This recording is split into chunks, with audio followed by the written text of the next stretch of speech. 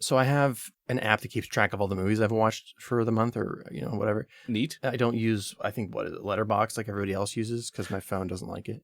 Your phone doesn't like Letterboxd? Nah, it's hateful that way. That's weird. I use Movie Fads. Movie Fads. It works. It does exactly what I want it to do.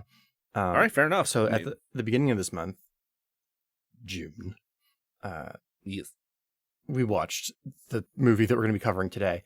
And then I immediately went about watching the worst shit to bleach it from my mind. Okay. I watched Shopping Mall. I watched Halloween. And I mean like deeply upsetting stuff. Like I started with those two things. And like, I would say like that's not too bad, but I see where you're going here. I watched like Bay of Blood, Italian horror film. It's pretty entertaining. And I was like, all right, we need to get a little bit more obscure with our weird, hateful, disturbing movies. So I watched this movie called Rojin Z, which is by the same guy who did Akira. Oh, okay. It's about elder abuse, but with robots.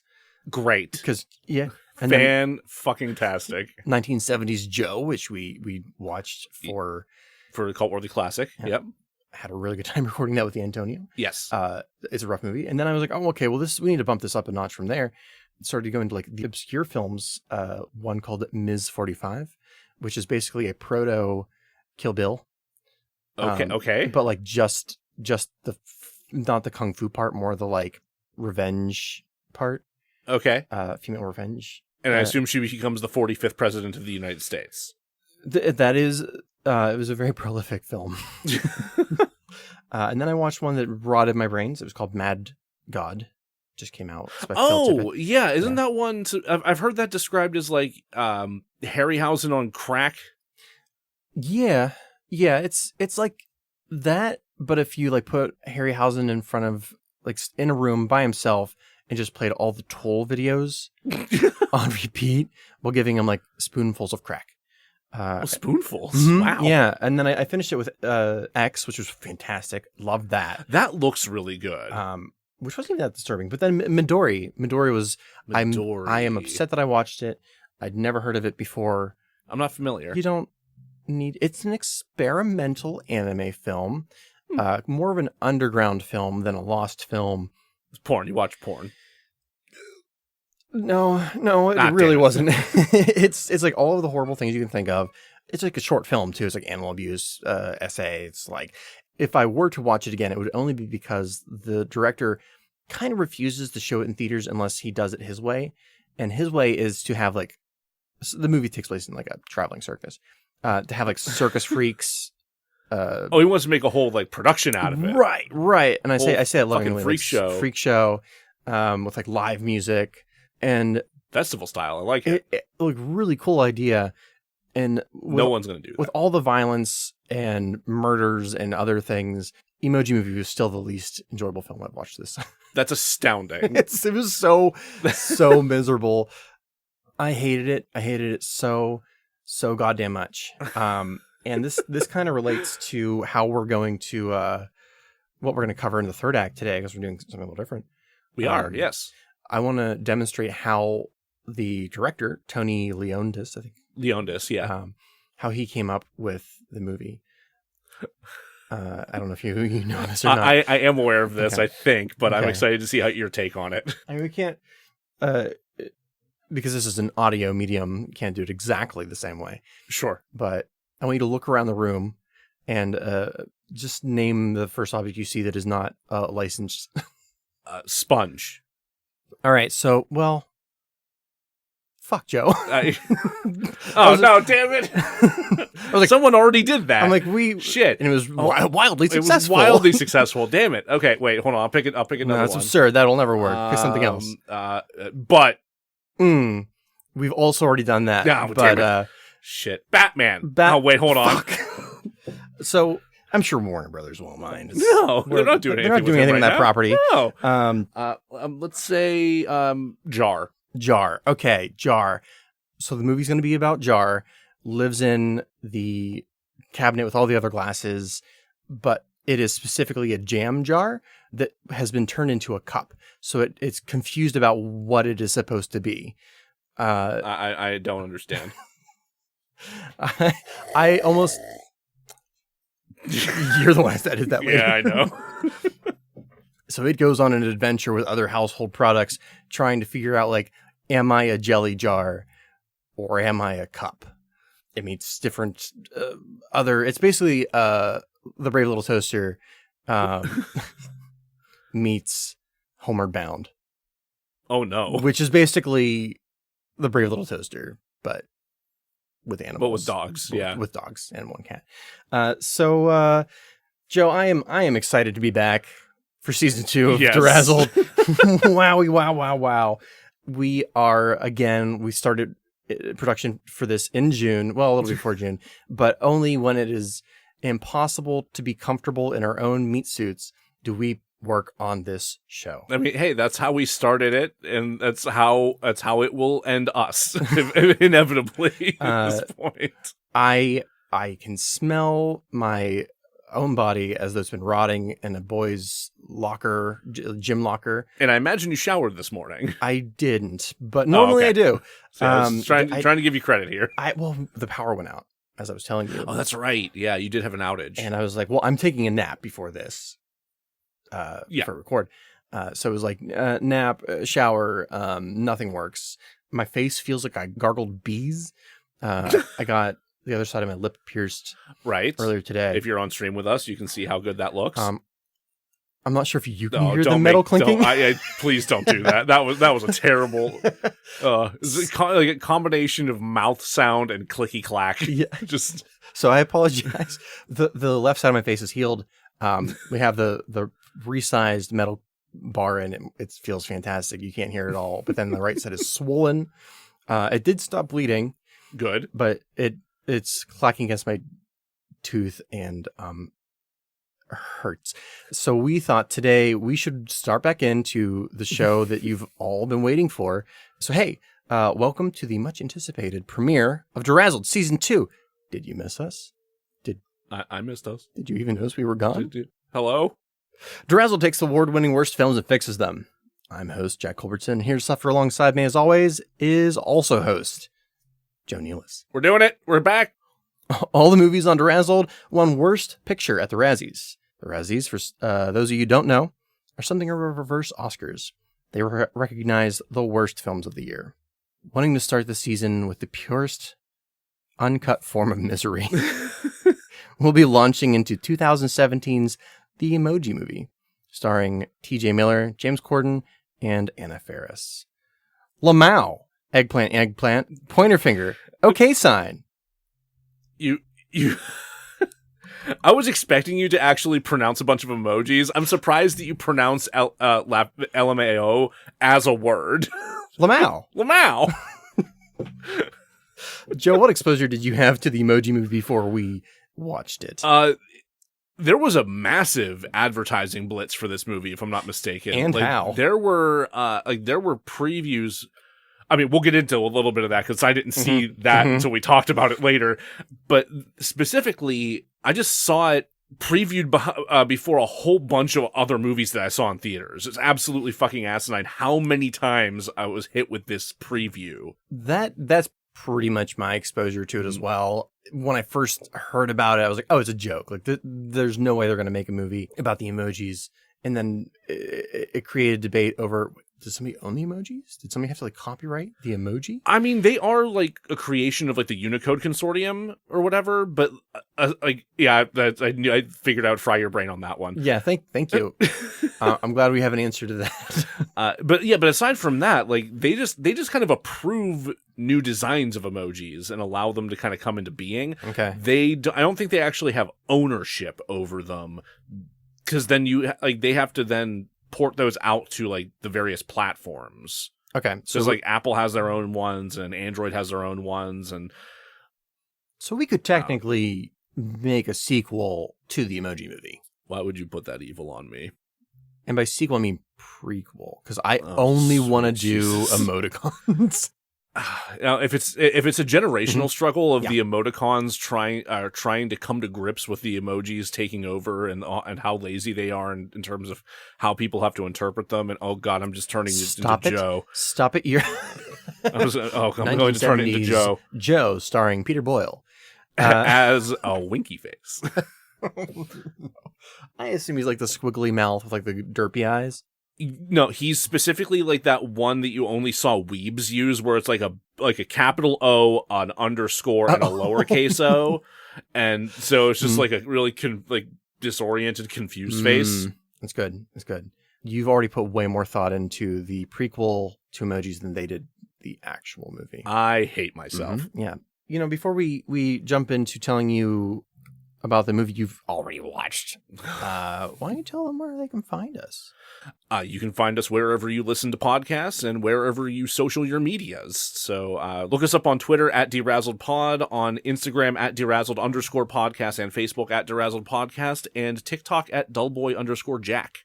And while you're there, just subscribe all over. Yes, on any of your podcasting platforms, please subscribe, please share it with your friends, and please rate and review so more and more people find us. Actually, I'd like to in particular thank Rigby Pinkerton for reviewing a couple of our episodes 5 stars on Good Pods. So nice. Thank you, Rigby. I appreciate that. Thank you, sir. So one of the best things about the movies that I've watched over the last month is that they all tend to be like 90 minutes and you're out. So no matter how much you're suffering, you're in and you're out. Which holds true for this one, too. Holds true for this one. Yeah, the best part about the movie was that it was short. Allow me to do you a service of making your understanding of the story even shorter. I'm going to give a summary way shorter than I usually do, starting now. We follow Gene, voiced by TJ Miller, a meh emoji with undiagnosed bipolar disorder. He lives in Textopolis, a digital city within the phone of Alex.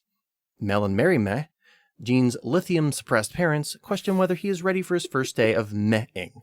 Alex goes to send his crush a text, selecting Gene, the meh, who panics, destroying the mechanism used to select emojis, and reminding us that Patrick Stewart is in this movie, which I assume he only did because his BFF, Ian McKellen, wouldn't feel so bad about being in Cats. Fair. That's a good, loyal friend there to take a bullet like that. I would not do that for you. Fair. I wouldn't ask that of you. Jesus. So your friend Joe is in Cats. You want to kind of like balance the scales. Brought that on myself. Like, no, he needs to learn a lesson. He made his litter and he'll sleep in it. Gene is brought before D-list Batman villain Smiler, voiced by Maya Rudolph. For his failure to do his job, Smiler has decided to have him murdered. Lest you think this is a dystopian allegory for capitalism, I'll have you know that writer-director Tony Leondas has specifically specified that this is a very personal story about being a gay man. Yeah, he pulled some of his experience growing up gay. I think his father was an Orthodox preacher or something along those lines. I would have loved to have seen more of that in there. Yeah, right. But while the overall message of this is like you're different and you're special, it's very surface level, and there's no sign of any of that queerness anywhere. I don't know that that's true, Joe. It's kind of landed itself among these other esteemed gay allegorical films. Such as X2, X-Men United, Nightmare on Elm Street 2, Freddy's Revenge, and, of course, Hitchcock's Strangers on a Train. Crisscross, Gene. Crisscross. With the help of Handjob, Gene escapes to Pirate Bay. God damn it. What? Take that again? Love to. With the help of Handjob, Gene escapes to Pirate Bay, where he meets emo hacker Jailbreak, who he hopes will take him to Dropbox so he may receive reconstructive surgery.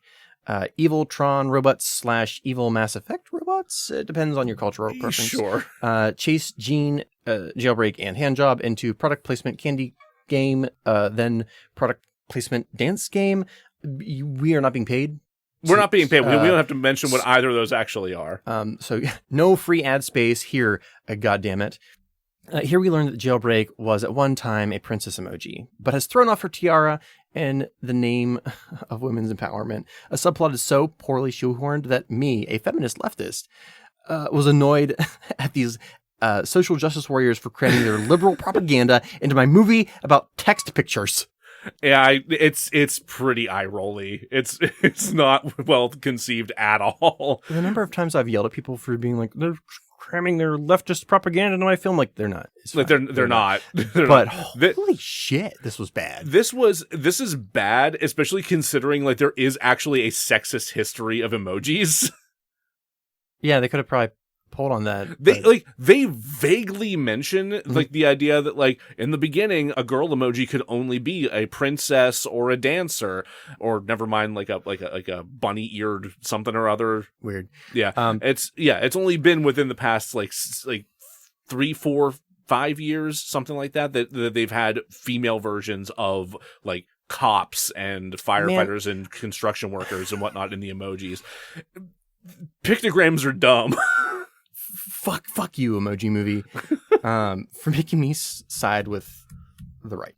There is a C plot with Jean's parents, two of them, that is actually pretty enjoyable. Played by Stephen Wright and Jennifer Coolidge, if I'm not mistaken, yeah. Who probably my favorite part of the film. Honestly, they are like I've heard a lot of people complain about that whole plot, like how are they supposed to care about this and whatnot, but they're so perfectly cast for what they're supposed to be. Favorite part of the movie? Runtime. Second favorite part, the interaction between the Mr. and Mrs. Meh, because they have these like really dramatic scenes, but they're emotionally stunted at meh. Yeah, well, especially because like Stephen Wright's just doing his shtick because he's one of the most well-known deadpan comics of our day. Crushes it. So here we learn that Mel Meh, that's who he plays, also has a bit of the malfunction that his son does, which, according to this allegory, means he only likes butt stuff. Yeah, that's what we've gotten out of this. Yeah, it's just he's gay. Only a little. It's not quite. It's just butt stuff. Oh. Because of this phone fuckery, Alex has decided to wipe his phone, which would apparently nuke Textopolis. Not actually sure how that would work. Emojis aren't affected by a factory reset. We'll talk about that. But like, this movie made Patrick Stewart a literal pile of shit, so who am I to question the movie's logic? Jailbreak and Jean narrowly escape Dancy Dance as it crumbles away in depletion. A handjob is sent to jail. Jean wants to eggplant Peach Jailbreak, but she's a strong, independent emoji who don't need no man. Having received rejection, Jean goes full meh. Blah, blah, blah. Back to Textopolis. Smiler intends to delete the mez. Jailbreak and handjob stop the bots who fall on Smiler.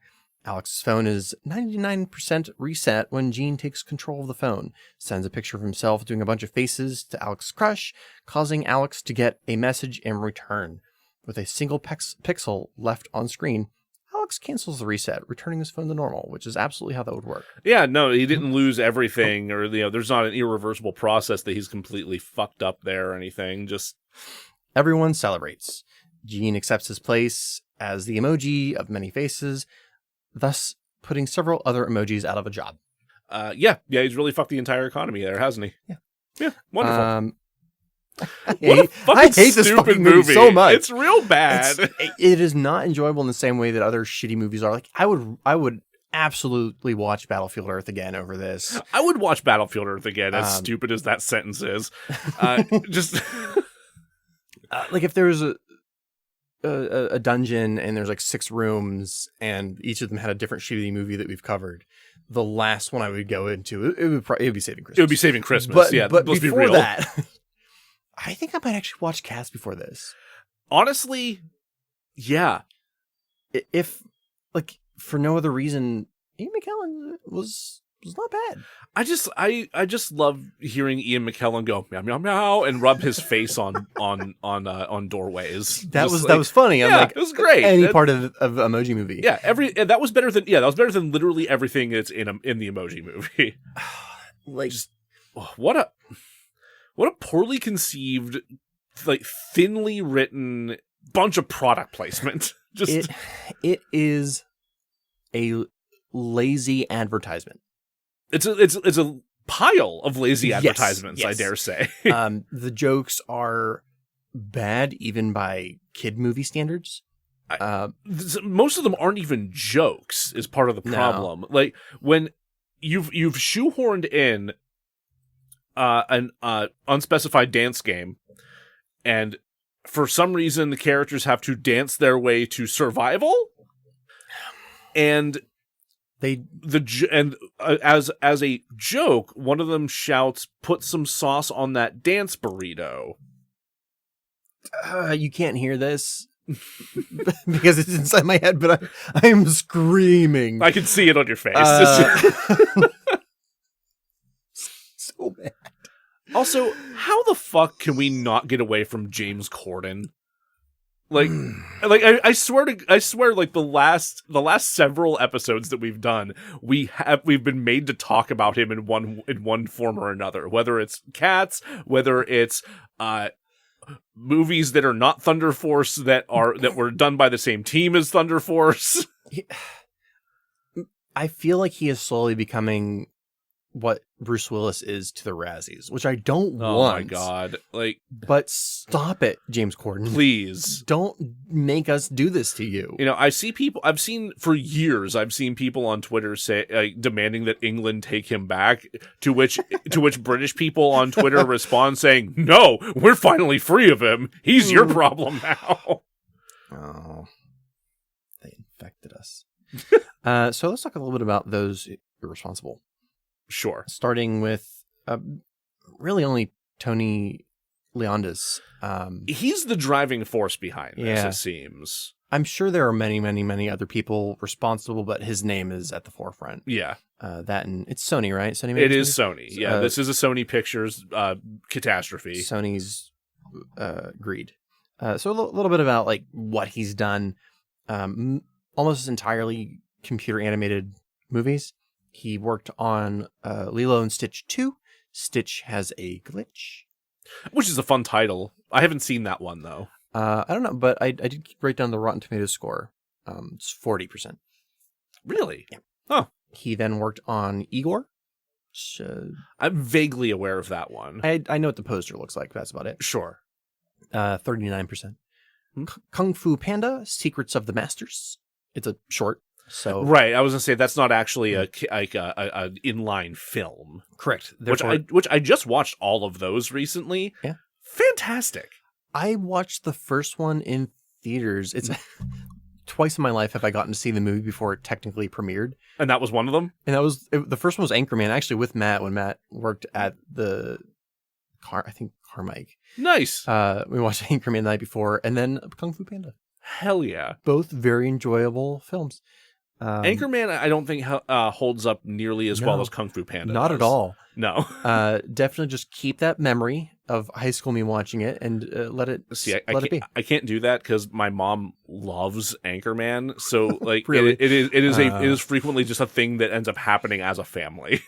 I suppose there's worse family movies. I'm fine with going back and revisiting that ridiculous film every now and then. Then following that short, he did the Emoji Movie. And since then, he has worked on a movie called Boo.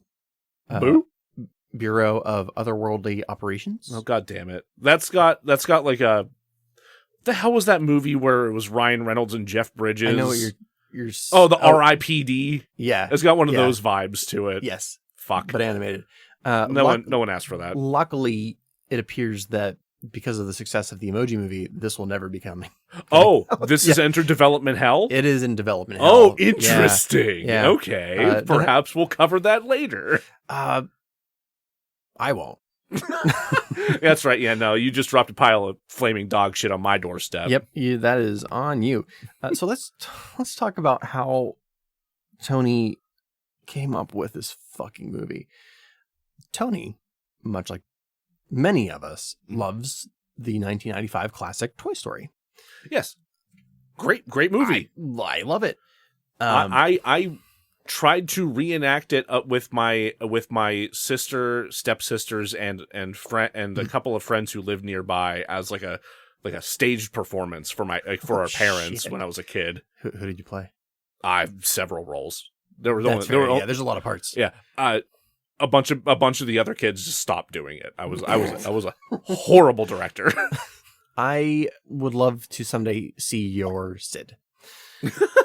So he asked himself, what is the new toy out there that hasn't been explored? And by explored, I mean exploited. Exploited. Yeah. You picked the wrong E word, Tony. And at that very moment, God blessed us by sending him a text message with an emoji. And it was a broken heart followed by an attached file of divorce papers.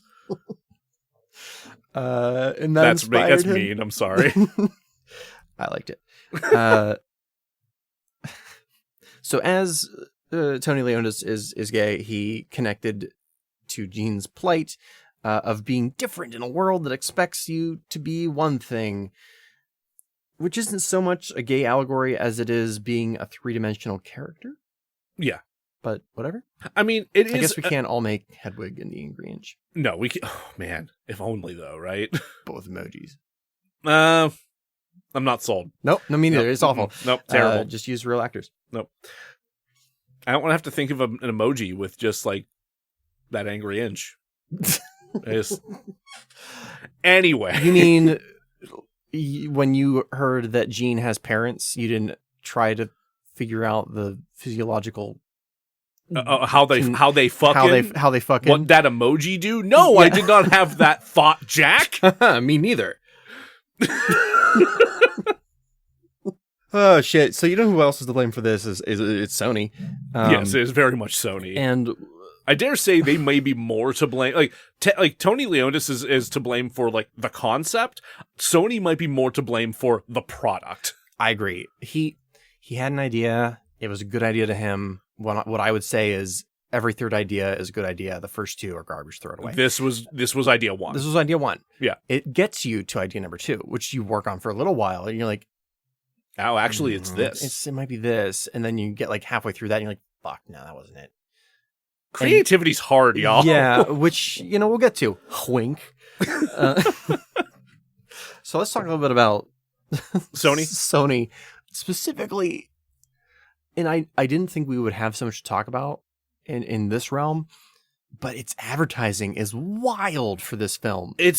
That is the most egregious thing about this by far. Like the brazen, almost crass level of product placement in this. Here's the title I gave to this section of the script that I've written up.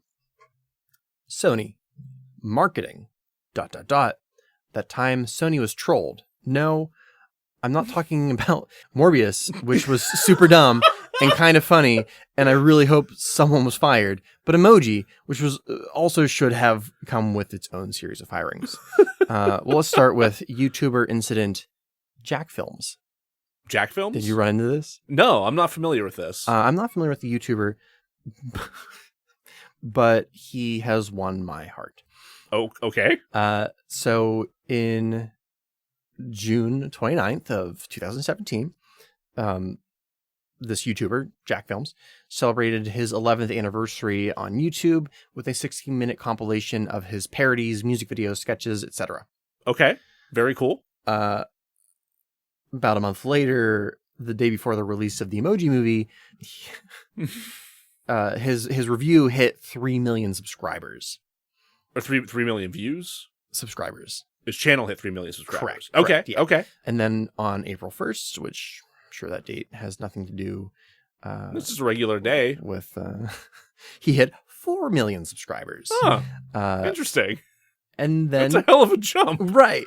And then on the 15th of April, he won the 2018 Shorty Award for YouTubers of the Year, which he accepted while dressed as Garfield. I'm liking this guy. Yeah. So he hasn't done some reprehensible bullshit that I should be aware of, have I? Probably, but I mean, he's a YouTuber, so at like, this exact moment, we're good. He and I. Okay. If there is something we should be aware of, like, let us know. So how this relates is his channel would frequently bring up the Emoji Movie. He did a frame-by-frame analysis. Oh, man. He did a countdown to the Emoji Movie while spinning 15 fidget spinners and dabbing every 60 seconds. Yeah, that sounds like YouTube in 2017. Right, right. So Sony, not understanding how the internet works, thought, oh, this guy loves it. Loves it. He's all about it. He named himself, or they named him, the #1 fan of the Emoji Movie. Oh, no. Inviting him to the world premiere on July 23rd and sending him Emoji Movie-related merchandise, including fidget spinners, face masks of the emoji characters, and a plushie of the character Poop. My brain, when you said face masks of the emoji characters, my brain immediately went like, oh, like COVID masks. I'm like, no, this is pre-COVID. This is in the before times. So these are going to be full face. Yeah, that's definitely where my mind went when you said face mask, not Leatherface cut off with the... No, they save those for they save those for the VIP section. They're in the gift bags that they give to like the Hollywood stars. So yeah, there's a handful of executives and the highest of the A-list actors that just have the goodie bags. Yeah, they just have emoji gimp masks. The video in which Douglas unboxed the package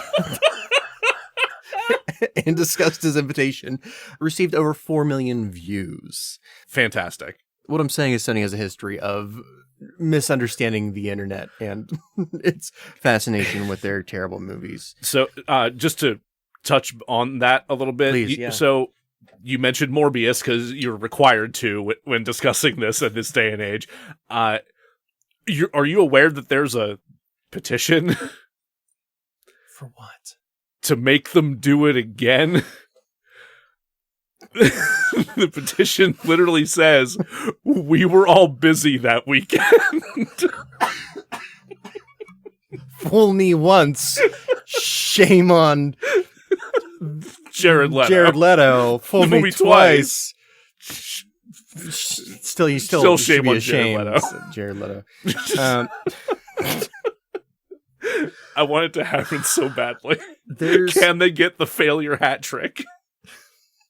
This is not necessary, but I'm going to do it anyway. Let's send jokes from the room. Oh, okay. Just send jokes from the room. They don't need to see this. No. We have to subject jokes to this. So, well, I think it's incredibly funny that Sony is so out of touch and has their head so far up their ass. It's pretty funny that they've sent this shitty Jared Leto movie back into theaters. Possibly, I'm going to say that like at least someone considered it for another round. You know, somebody had to. So it was like, oh yeah, I guess it was just for that one weekend. Like it was kind of like, maybe they had shit going on. That, as a person who makes movies from time to time, that fucking stupid movie took up how many screens at a movie theater that could have shown anything else? I mean, that second run was in literally 1,000 theaters, so at least 1,000 screens. And I'm aware that there was probably never a time that the theater's like, well, we could have just screened this independent film that this random person made, and maybe is a little off kilter, but is interesting and makes me think. I mean, they could have just done more Everything Everywhere All at Once. They could also just put that in like another screen's worth of Everything Everywhere All at Once. But nope. But no, they took up valuable screen real estate with this for another huge weekend. But and my biggest regret is that everything's digitized and that they didn't have to literally print new copies and ship them out. That would have I would have thrown my legs up and squealed like a piggy. Like it's just I think that would have sunk Sony, right? For them to do full new prints for 1,000 theaters of this stupid fucking movie that nobody wanted in the first place. Yeah. God, that'd be so funny. My hopes in an alternate universe that happened. Digital's never been a thing in this universe, and they lost the film division of Sony and had to sell Spider-Man back to Marvel. Oh my God. Which is now where he lives forever. unfortunately, we live in this hellhole yeah. where Sony's not learned their lesson. Come back in, jokes. I just didn't want you to have to see that. It wasn't the most serious thing, but it was disgusting. You've seen enough jokes. It's okay. Honestly, we should probably have kept you out for what we're about to cover next, which is a particular tweet advertising the Emoji Movie. Holy shit. Like, so... Yeah, we mentioned that this guy... you want to cover this one? Because this is just... Yeah, I'll talk about this one a little bit. So, we mentioned how thoroughly Sony promoted this movie. One of their many social media campaigns, one of the first social media campaigns, if I'm not mistaken, was to try and piggyback off of the popularity of other media properties that were just in the center of everyone's attention at that time. And the one they really went hard on until people were like, what the fuck, was a ripoff of The Handmaid's Tale, where the smiley emoji is just peering out from behind the hood. So for those of you who are not aware of The Handmaid's Tale, it was first a book by it's Margaret Atwood, right? Margaret Atwood, yes, that's correct. Fantastic book. Probably one of my top 10. I still have not read it, but I have a copy of it I've been meaning to get to. It is excellent. There's also a graphic novel version that's painted by somebody who does like fashion design. Awesome. And the only negative reviews that it's gotten is that it's too pretty for the topic. And I'm like, yeah, it is, but it's gorgeous. So the story kind of is about a dystopian world in which women have lost all of the rights, all of their autonomy. It's really hard to kind of sum up such a rich world in a couple of sentences. It's deeply fucking troubling. Yeah. And if sexual assault and religious trauma are an issue for you, maybe pass. Yeah, no, it's pretty upsetting. So hearing everything you've just said, me being the advertiser at Sony for this G-rated kids movie, saw this book / award-winning show. I was like, perhaps crossover? It was taken down and they deleted the image. But not before someone screenshotted it, because it is available to view in several of the different critiques of the film that are out there. I'm pretty sure that either Vox, Vice, or The Atlantic have a piece out there that has a screenshot of it. Go forth. And one of the stupidest things about it, I mean, aside from the fact that they thought that was an okay thing to do, is that the parallel doesn't make any fucking sense. Like, the reference doesn't actually make sense with the character, with the story, with anything. It's just, hey, you know what this is? Look what we did. If you're going to go with that campaign, go with recognizable fun movies. That's not fun. That's not fun. There's no part of that is fun. Excellently written. Not fun. I don't know, Back to the Future. This is a little older, but fucking Scooby-Doo. Everyone knows Scooby-Doo. Yeah. Anyway, is that for kids? Fucking A. So in December of 2016, they released the first trailer. It had 4,000 likes. Would you like to guess how many dislikes it had? Because this was still... Cool. Yeah, you can still see the dislikes on YouTube at this point. How many dislikes? Mm-hmm. This is within the first 24 hours. So it was, how many likes in the first 24 hours? 4,000. 4,000. Mm-hmm. Okay, I'm going to say 528,000. I don't think that many people put their eyes to it, but it was 22,000. Okay, so still a pretty sizable increase. Most people are just like, nope, kept scrolling. Another thing that they did for advertising, they were promoting the release at Cannes for reasons. Yeah. And to do so, they had TJ Miller parasailing? He parasailed into the red carpet, if I'm not mistaken, which he talked about in... I read an interview with him. It was specifically about him leaving Silicon Valley. Okay, the show? The HBO series, yeah. Because he was written out after like season 5, if I'm not mistaken. 4 or 5, I forget. Because of this movie. No, actually, it was he had been looking for a way out because he considered himself the hardest working man in Hollywood.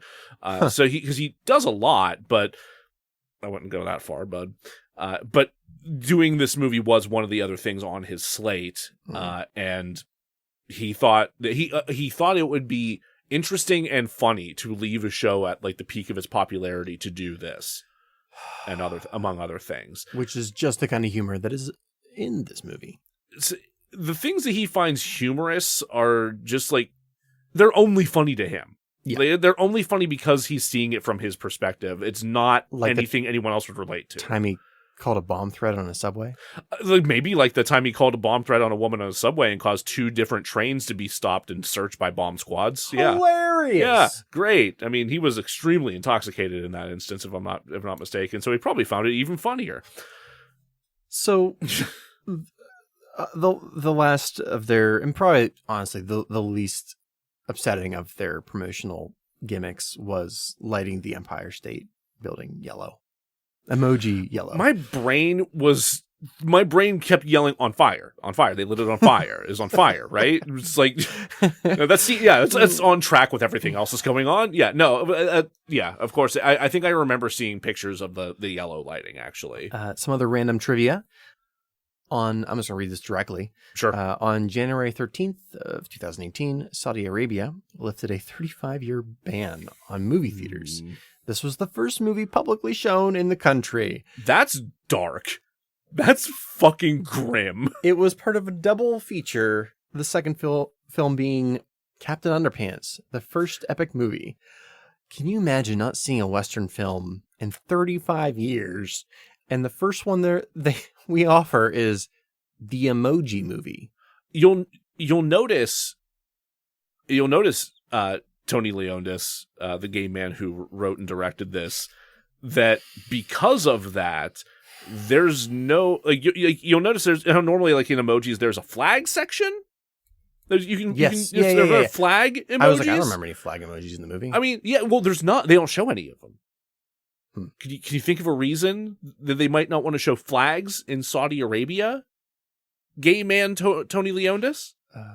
So Jordan Peele was offered the role of Poop. Jordan Peele was offered the role of Poop, and when he realized that, he quit acting! So thank you. So yeah, that's actually the only other good thing this movie did. Yeah. Is that we might have had to wait longer for Get Out if it weren't for this. Runtime, the Mez C plot, Jordan Peele quitting acting.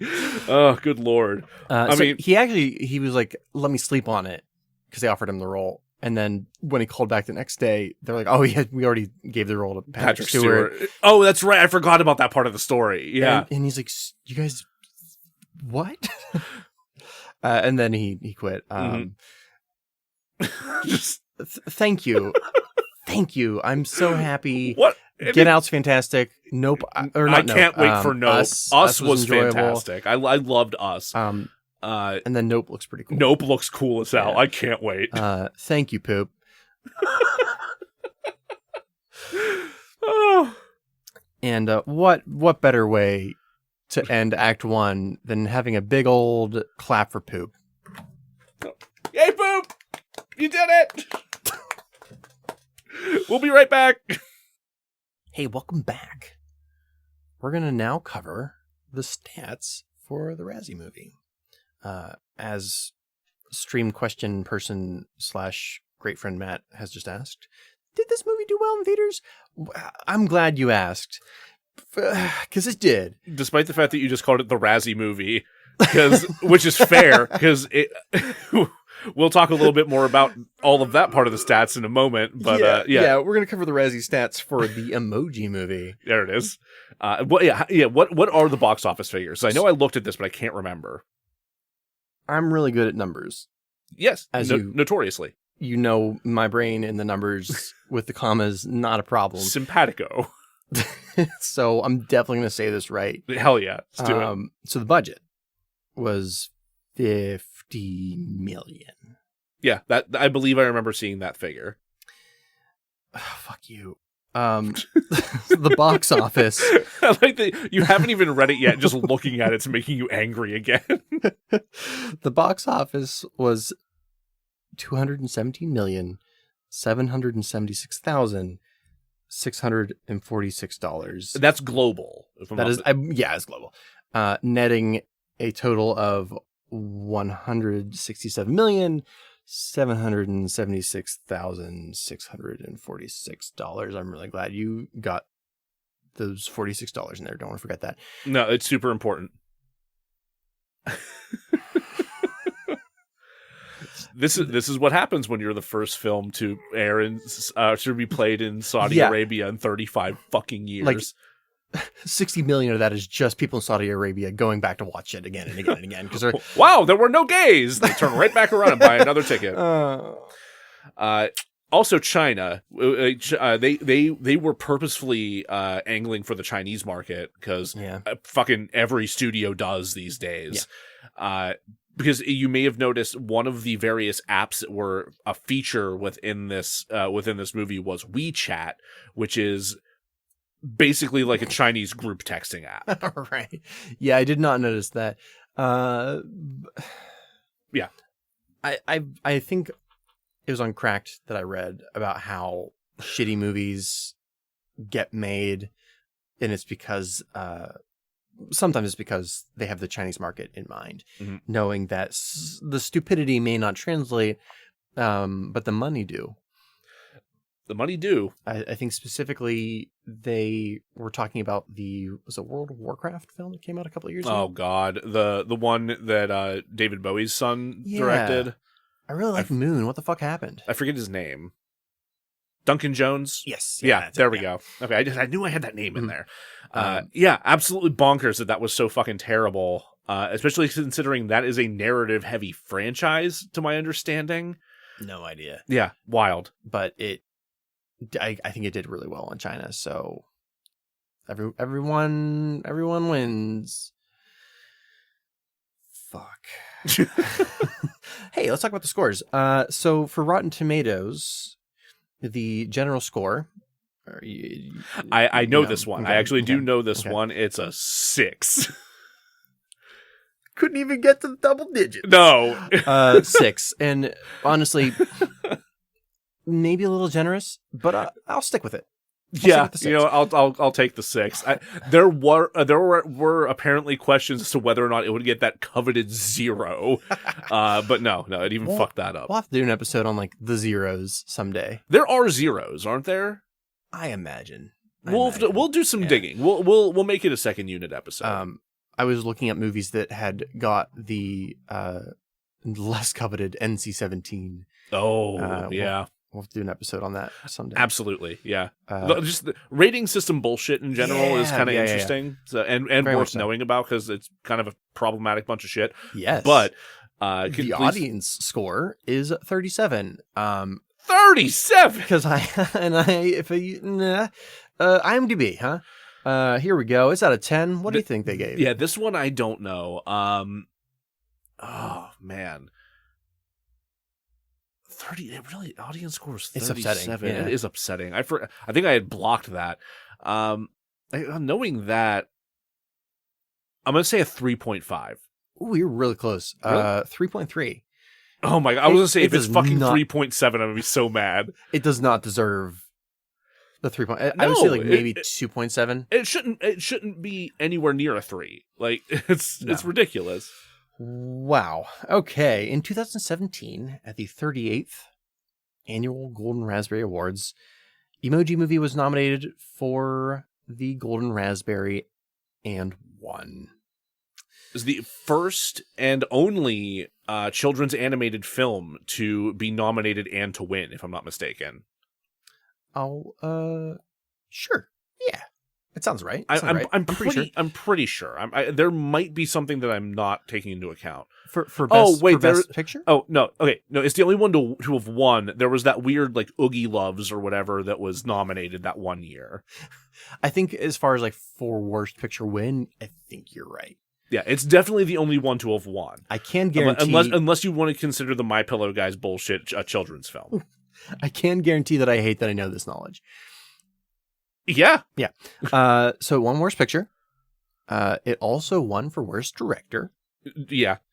For Tony Leondis. It won Worst Screen Couple, which for any two obnoxious emojis.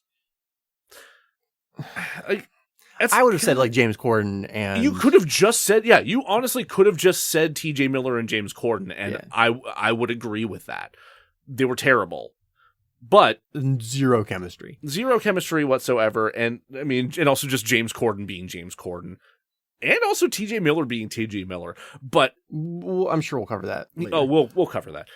But yeah, it's another example of the Razzies being like needlessly like low-hanging fruit about their nominations. They need better writers. Maybe script doctor. Yeah. If you want us, we can be reached at DeRazzledpodcast@gmail.com. Yeah.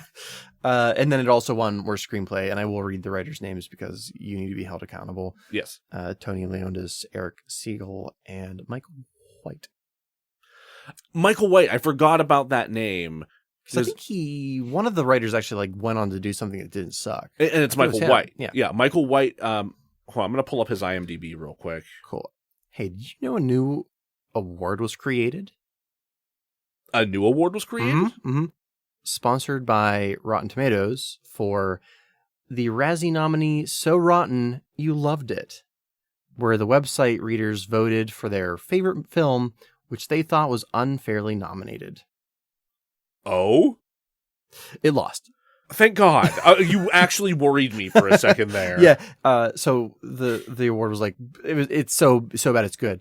It's not. It's not. It won. It lost to the Baywatch movie that came out the same year. I forgot that exists. It was like Zac Efron and something else. Oh, yeah. Okay. But anyway. All right, whatever. Going back to Mike White for a second here, he has a lot of writing credits to his name. Before doing this, he's probably best known for multiple episodes of Dawson's Creek, Orange County, the Colin Hanks, Jack Black vehicle. Speaking of Jack Black, School of Rock, and Nacho Libre. And then after this, he wrote Pitch Perfect 3, a bunch of episodes for the School of Rock TV series, which was apparently a thing. I had no idea that existed. And he wrote 45 episodes, apparently. And most recently, White Lotus, which is that HBO series that a lot of people really liked. Like, I haven't watched it yet, but I've heard a lot of good things about it. I've only heard the title, so I don't know much about it. But he has a Despicable Me sequel in the works as well that's supposed to come out in 2024. Like, I wonder, it's sometimes hard to tell how much an individual did on a film as far as writing goes because of the way that guild rules work. Sure. Like Tony Leondis may have just come up with the quote unquote story as far as like, hey, let's do a movie about emojis. And that could have been his entire input. Wouldn't that technically just be a story by credit then? Yeah, probably. But it depends on how it's negotiated. Fair. There might be people that worked on the movie script that are not credited because you can only have so many blah, blah, blah, blah, blah. True. Yeah. Politics, blah, blah, blah, guilds. And those people who are not named dodged a bullet. Right. That is not to let Mike White off the hook. He might have just shit the bed on that one. Or he had different ideas and was overridden. Who knows? He could have written an entire draft of the script and they might have kept like a line. Some non-Emoji Movie Razzie related info, just some cool stuff from that year.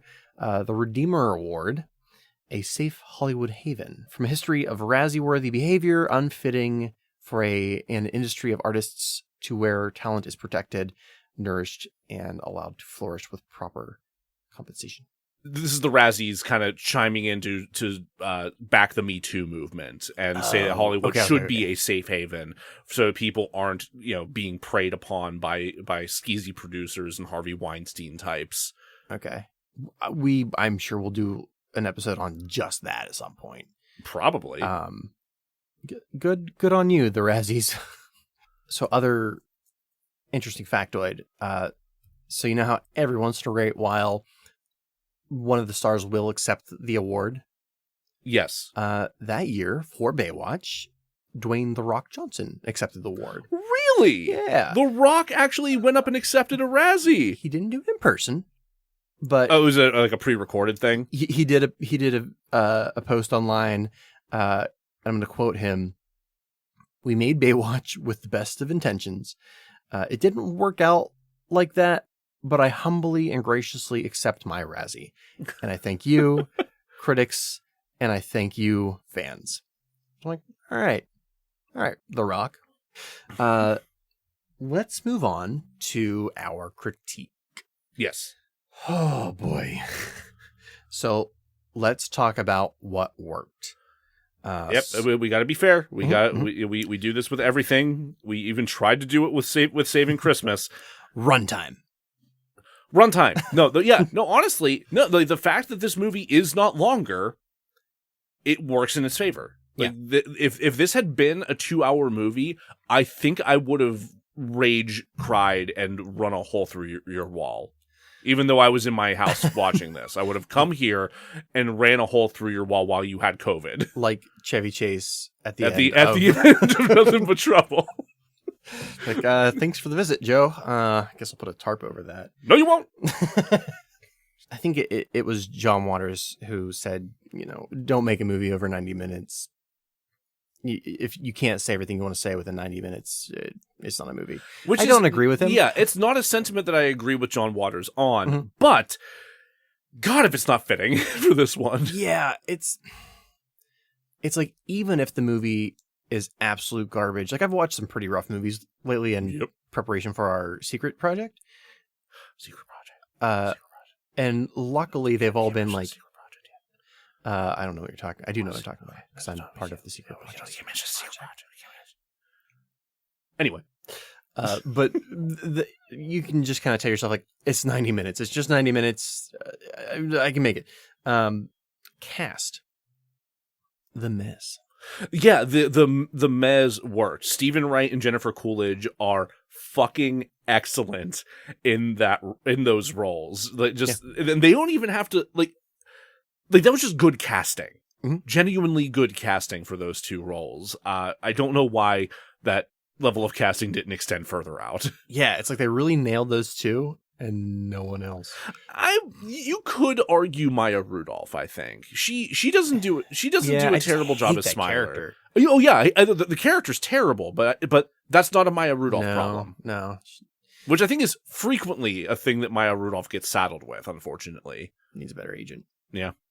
I also didn't mind Christina Aguilera as Dance Dance Punch Your Mom, whatever the game was. We've avoided saying the name of the game for so long that I have actually completely forgotten the real name of that game. Yeah, it's Dance 2 Feet, 1 game. Christina Aguilera was a neat get for that, but like, how do you have Christina Aguilera and like not have her sing? Huh? Yeah, that's a good point. Even On the Day Productions got that right whenever they brought her in for Life of the Party.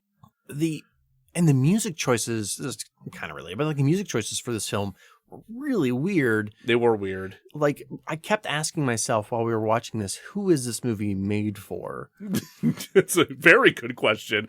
Because like a lot of the references and jokes, not that they were necessarily like mature in the sense that they were like violent or sexual. Yeah. But I'm like, if I were a youth, I would not think this is funny in the slightest. Like, the jokes are so they're like kind of punny. In one of the reviews that I had read about this, the reviewer pointed out that there was a little girl sitting with her mom behind him, and he overheard her a half an hour in go, "Mommy, I want to go home." Yeah, me too. Any other actors who worked for you? Jeff Ross is the troll. Oh yeah, I did like that little bit. I mean, that's a character that we're gonna have to talk about again when we get to what doesn't work. But that was a really good use of him, because that's kind of the only. He's kind of pigeonholed himself because of his miring in roast culture at this point. Oh, So it's that guy. It's that guy, yeah. Oh, okay. So, okay. like he is like the organizer at this point, and also like one of the featured roasters at every celebrity roast that happens. Okay. And it's like all he does. You don't see him do anything else anymore, I don't think. So it was kind of nice to see him actually like do a performance. Yeah, like I mean, he's kind of being pigeonholed, quote unquote performance. Yeah, quote unquote performance. Like he's being pigeonholed a little bit, but it worked. It was like it wasn't bad, or especially relative to everything happening around him. Right. As far as the story goes, I have nothing positive to say except for there was some world building that 98% of the world building I hated because it was very inconsistent. It was very inconsistent, and we'll talk more about that later. But there were some locations that I thought were interesting, specifically not Pirate Bay. That was interesting, but it also upset me. Mostly because like I don't think the Pirate Bay is an app. They're right within the context of the story. It doesn't make sense. They're like going between different apps, and one of them is a pirating site. Yeah, that they take literally as, you know. Yeah, it is an interesting setting. I will give them that. It was very much. I hate myself for saying this. It felt like the moment where Luke goes to Mos Eisley with Ben Kenobi. Oh, it's absolutely a wretched hive of scum and villainy that they step into. Wait, did they actually make that joke? If they didn't, I would be amazed. I can't. I vaguely have like my brain is like there's something in my brain screaming that James Corden sullied that line, but I can't remember off the top of my head. If you need some help forgetting, I have a list of movies that'll corrupt your mind. Oh, I've got a handle of Jim Beam at home. That's also I could also do that. But check the DeRazzled store soon for DeRazzled brand bleach to erase any of your worst movie memories. Now in lemon scent. Lemon. I will say in addition to but not Pirate Bay. Right. The Instagram scene I think worked really well. Oh yeah, because the whole moment in Paris that the mother and father have together, where they kind of rekindle the relationship, and you discover the truth of Papa Meh also being like a multi-face. Yeah, the whole subplot it doesn't make sense as far as like I don't know how these sentient emojis met in Paris, but it doesn't matter. Well, I mean, they didn't. They don't even try to frame it that way. It's entirely, this is a picture of Alex's, like the kid who owns the phones, family trip to Paris. And so they just end up there as like a romantic setting to have this rekindling. You're right. I burnt those synapses away. I understand entirely. But it was a really neat, like, delving in to that particular setting and, like, allowing to flesh out, like, the digital capabilities of, like, what they can do in this app here. Because, like, given, it makes no fucking sense. It doesn't actually work as, like, a thing that would happen. Why would they be able to see more of Paris walking into a photo of Paris? A photo being a specifically limiting perspective of a thing. Right. But like the overall sentiment and like visual presentation of it is nice. I actually enjoyed that. I enjoyed that scene. I agree. It does further raise the question of who the hell is this movie for, but I still enjoyed it. In the same way that I enjoy Wreck-It Ralph, where he jumps between different video games. He gonna wreck it.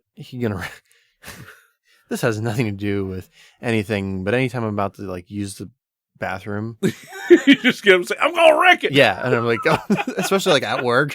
Oh, perfect. Little things get you through the day.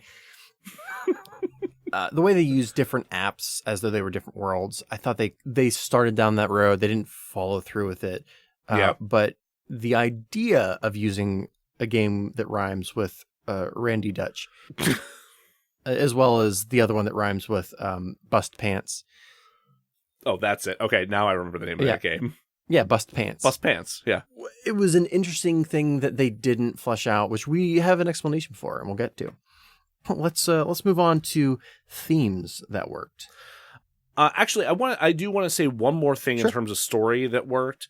Actually, this kind of bridges the two. in terms of themes and story.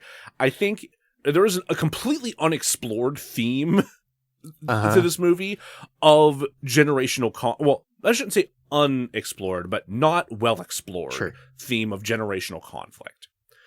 Because you have the parental disappointment of the Mez in Gene because he fucks up so royally and exposes himself as a malfunction. You see in that moment where Mel reveals to Mary that he is also a malfunction. He also expresses multiple expressions. That he's been hiding an internal shame his entire life, and given there's a queer reading of that to be done, for certain, but the way that is reflected upon, or the way that recontextualizes the relationship between him and his son is one of the only compelling things that's put forth, and it's just completely unexplored. Similarly, I have another theme that was unexplored. Okay. Not one I like or dislike, but I'm like, you had that kernel there that you could have explored and you didn't. It was there. It was there. Both Gene and Jailbreak have this self-hate that they could have bonded over, but they don't. This also could have been a metaphor. And so right after I watched this, I watched Osmosis Jones, which I'd never...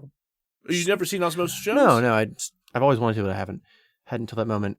Wish I hadn't been eating when I did, but... that was a mistake. It's a real gross movie. And maybe I'm carrying over those themes to this, but I would have liked to have seen Gene being a bit of a metaphor for Alex's own awkward feelings of becoming, like, growing during the teenage years. And I think they breezed over that a little bit. They kind of, like, in that discussion that they're having as they're traveling through the streams in Spotify. Yeah. Yes. Yet another fucking product placement. I think they do touch on those things a little bit. It's so surface level. Yeah. Like the idea is there, like it's planted in your head, but it's not watered. Like that seed is kind of just left there to kind of rest in some dirt. Yeah, I specifically have this written down as missed opportunity. Yes. Yeah, absolutely. You all right, bud? Yeah, this movie's bad. Yeah, it's real bad. So for production, there's nothing that worked for me. I completely agree. Great, let's talk about what didn't work. Okay, starting with the cast. We've already touched a little bit on the fact that T.J. Miller and James Corden don't work for their roles and have no chemistry together. I know sometimes voice actors don't record near or around each other, but this I would be surprised if they ever actually met as humans. Guarantee this is a situation where they were in separate booths, possibly not even in the same studio. Like they may have been in separate cities entirely. Yeah. Neither of them work for their characters. And I know T.J. Miller has a number of voice credits to his name. Specifically in the How to Train Your Dragon series, he voices one of the twins in that, Tough Nut or whatever, absurd name they gave that character. Sure. And he doesn't do a bad job in those, but he's a bit player who has a sibling that he's constantly playing off of as a duo, and also has another whole cast of talented voice actors to play off of in that. He doesn't work as a leading character as a voice actor, at least not in this. Also, again, he left Silicon Valley to do this, more or less. I mean, not specifically to do this, like I said earlier, but he left the thing that people knew him for most at this point. Branch out and do other things. The way he sees himself as a comedian and not an actor. I'll give him credit that he claims, at least in his interview about his leaving Silicon Valley, that he's never been one to want the spotlight. He wants the writing, and he wants the jokes to work effectively, which that is an admirable thing, I think. But I also don't believe him based on a lot of his behavior. No, we'll get to him as a human being. Yeah. I will say that I really only know him from this and Deadpool, and really only the first Deadpool. His role was significantly lowered in Deadpool 2. Yeah. For reasons we'll get into. And I will say that I enjoyed him in Deadpool 1. He was able to be funny in Deadpool without overshadowing or trying to overshadow Ryan Reynolds. Right. Yeah. And I think they worked well together. Yeah. Like their shticks just kind of gel well, which, I mean, of course they're going to. Look at what two people we're talking about here. Right. No disrespect to Ryan Reynolds, but so if you haven't seen Silicon Valley, first off, do. It's probably my favorite thing Mike Judge has done. Oh, I didn't know it was. Yeah. Oh, yeah. It's a Mike Judge creation. T.J. Miller plays a his character runs an app incubator. Okay. And, well, it's supposed to be an app incubator, but he basically like lucked out with an app that he made and sold for an asinine amount of money, and then is using that to invest in other people's apps so that he can continue to just live off of other people's accomplishments, and they then get to live in his house for a little while. And is it presented as a comedy or like a? Oh, it's absolutely a comedy. Yeah, 100%. It's a Mike Judge joint, man. In my head, I was like, "Oh, this is like a drama." But I'm like, everything you've just told me does not read as a drama. No, the rest of the main cast is Thomas Middleditch, Martin Starr, Kumail Nanjiani, and Jimmy O Yang. And Zach Woods. Like it's just an amalgamation of just amazing fucking comedic actors and improvisers. I'll have to check this out. It's very good. It's I would highly recommend it. It's content warning for just a lot of nervous vomit. They make Thomas Middleditch throw up a lot. Okay, well, I'm sold. I love me a good nervous vomit. But his character maybe best exemplified by a season 1 incident where Thomas Middleditch's character is being bullied by some neighborhood kids who he tries to buy Adderall off of so he can like do a coding sprint. Right. And they sell him shit. They sell him bad Adderall. And in response, like after finding out that this is what's happened, TJ Miller's character hauls off and tries to fight this teenager who sells bad Adderall. And by fight, I mean literally says to the child, "You just brought piss to a shit fight," and like threatens to kick this kid's ass. I wish TJ Miller weren't TJ Miller so I could enjoy that entirely. That's the thing, is like before I knew anything else about TJ Miller and I saw that, I was like, this is great. Like this character is a dude who absolutely sucks if he were to really exist, but man is he entertaining as hell in this. He's among the characters that you're supposed to laugh at, not idolize. Yes, exactly. Yeah, he's 100% the butt of the joke every single time. Hey, you know who else didn't work in this movie? James Corden. James fucking Corden. He's just... What is he famous for? Like, why do I know his name? I mean, he was a British comedian. Mm-hmm. He landed a role on Doctor Who for 2 episodes. He was on 2 episodes of Doctor Who in like the Matt Smith years. Okay. And was, I think, overshadowed by a baby. But a lot of people did. It was a good baby, though. It was a good baby. But a lot of people enjoyed his role on that. He was doing like his Hugh Grant charmingly befuddled kind of thing. Uh-huh. And around the same time or shortly thereafter, he started doing carpool karaoke. And I do know him from that. And that caught on online. So that somehow parlayed itself into him getting a late night talk show. Mm-hmm. I forget which one that he took over, but which he's leaving, I believe, after this year. I think he's leaving that talk show, which finally nobody enjoys it. It's the rating. My understanding is the ratings have not been good. The entire concept of late night talk shows feels strange to me. Like if I were an interdimensional being and I came to Earth and I was like, your movies, I understand the stories. They share the feelings and events of a human. What is the fuck is a late night show? And why are there so many of them? And why aren't they all led by like men? They are all led by men, which is a very good observation. Samantha Bee's not considered a late night show, right? No, Samantha Bee is kind of in the same vein as The Daily Show and Last Week Tonight with John Oliver. Yeah, it feels like such a relic of 60s Mad Men culture. In a way, yeah, because Carson was the one who really kind of jettisoned that into public prominence and popularity. Mm-hmm.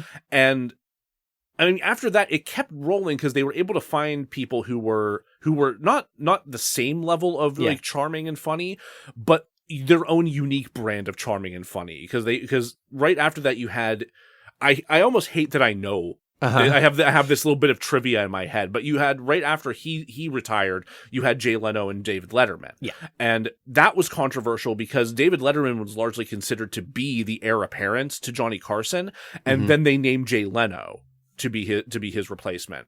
Okay. Which there was another option besides those two, and it was Joan Rivers, who was a frequent substitute host for Johnny Carson in addition to the other two. But no, she got passed over, and I think she did end up with her own show briefly, but it didn't perform well. I remember she had like a fashion show on E for a minute. She did a lot of that kind of stuff, but I think she did have an actual talk show for a while, probably also on E, which might be part of why it didn't actually take off. Right. But does E still exist? E still exists. Yeah, absolutely. Oh, God. But you ended up with these two shows because David Letterman really did not take well to being snubbed for the Tonight Show position. So he started his own show. He was able to pick on a different network. He was able to pick up Late Night with David Letterman, and yeah. So Johnny Carson is to blame for James Corden. Johnny Carson, you son of a... You might be able to go all the way back to like the birth of man. That first like fish thing that came out of the water. You motherfucker. You had to go and grow legs and lungs. You piece of shit. No, you gave us James. No, I was going to say Ed Sullivan. You might be able to go all the way back to Ed Sullivan, which, wait, what was the name of that fish thing? Oh my God. No, you might be able to go all the way back to Ed Sullivan for that one. Ed Sullivan was before Carson? Yeah, I believe so. Okay. And regardless, this is such a weird diatribe to go off on. It is. I'm just going to end it by saying Conan got screwed, and you know what?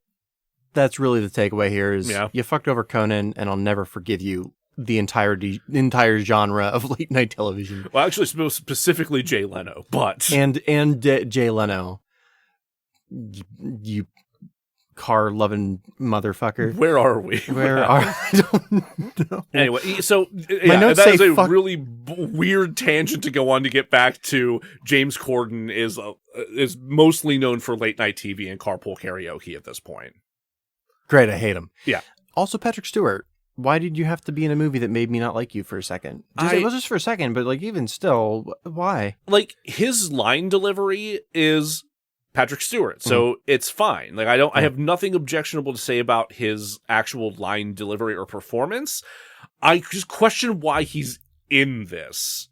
And apparently he was like excited to do it because nobody asked him to do weird shit.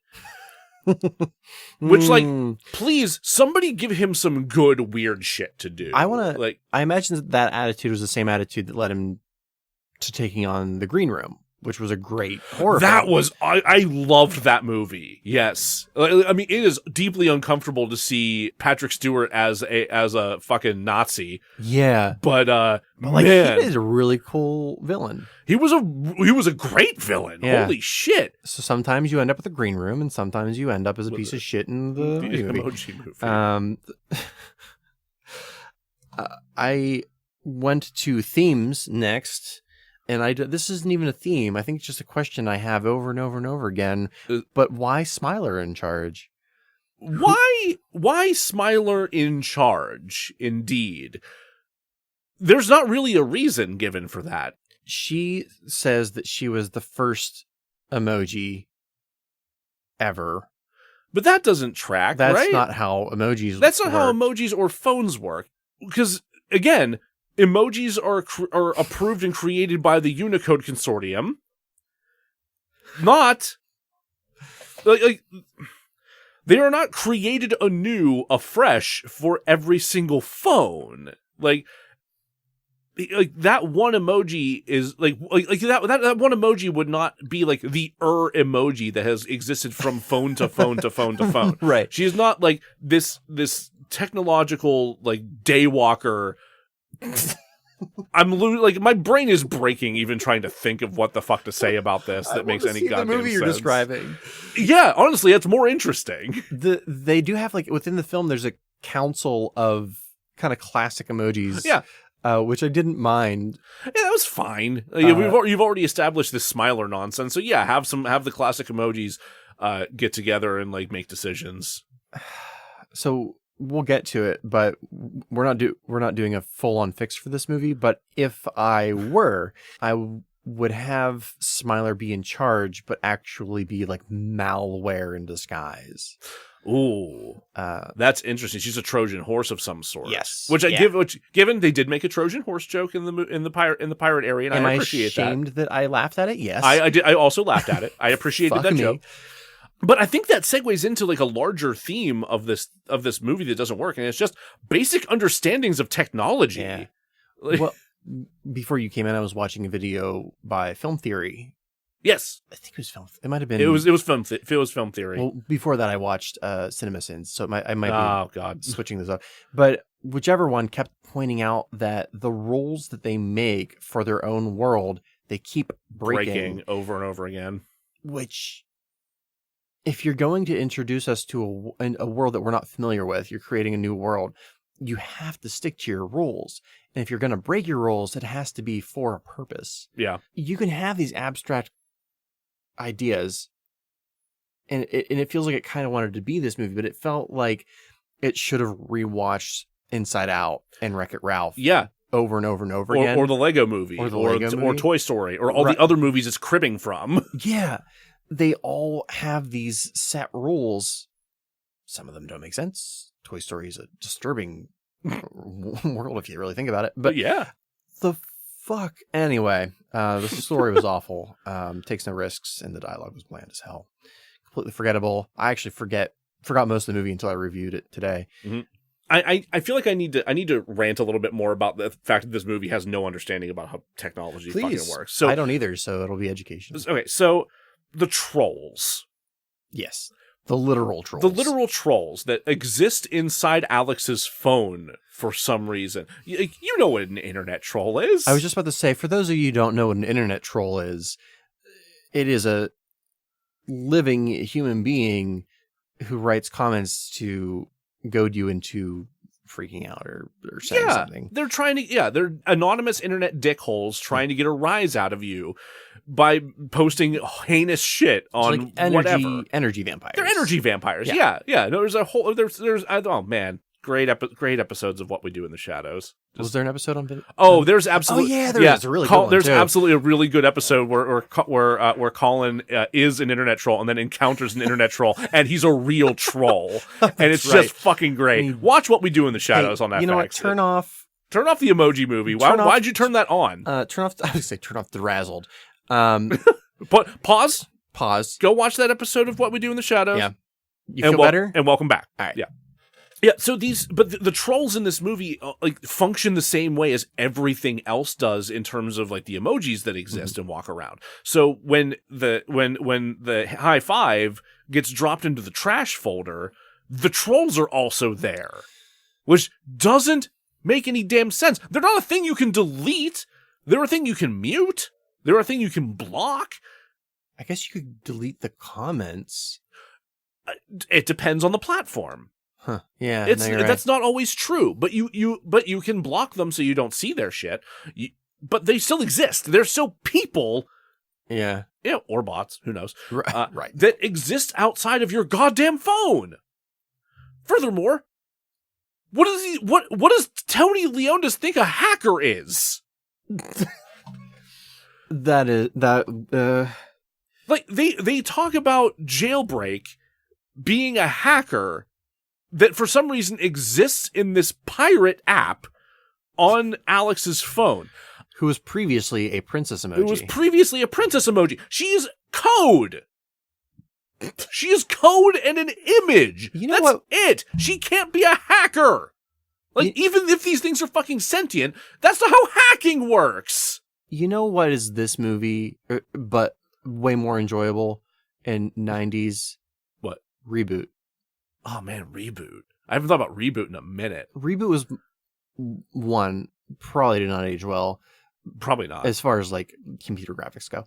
I don't imagine it was problematic, but it was also my introduction to Evil Dead.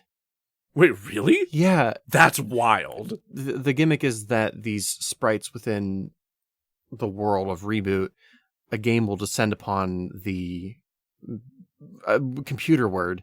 Sure. I don't know computers. I know. And the characters will then become sprites within the video game. And so there's an Evil Dead episode? Yeah.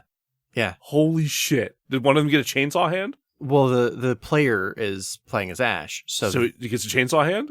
I think so. Hell so. Yeah. I was, 12 or whatever when I played, but the characters within Reboot then become like the Deadites and have to find a way to beat the player to survive. That's amazing. What a much better thought out fucking weird TV show that I wish they'd turned into a movie instead of a movie. Speaking of poorly thought out things in this movie, the entire idea of cybersecurity as being a thing that has to read your face, and if it fails once, you never can try again. First off, who? Why? What? How would anybody ever be able to get into anything ever? Like the entirety of technology would be just ground to a halt in terms of functionality because everyone would be recovering new passwords. People are already doing that anyway, but to such a greater extent that just the technology, like the infrastructure of our technology would just be meaningless. Do you ever stand up after taking a piss and a little drop of the piss falls off your penis and then you and it goes between your toes and you that's got highly specific. A little bit of pee between your toes and you're like, what do I do now? Do I wash my whole foot? Because this is my life now. So you're just like, will it cause an infection if I leave the pee there? Me personally, I take a handful of water and just kind of like douse my foot. Kind of like it's a wildfire. Anyway, I hate this fucking movie and I hate computers.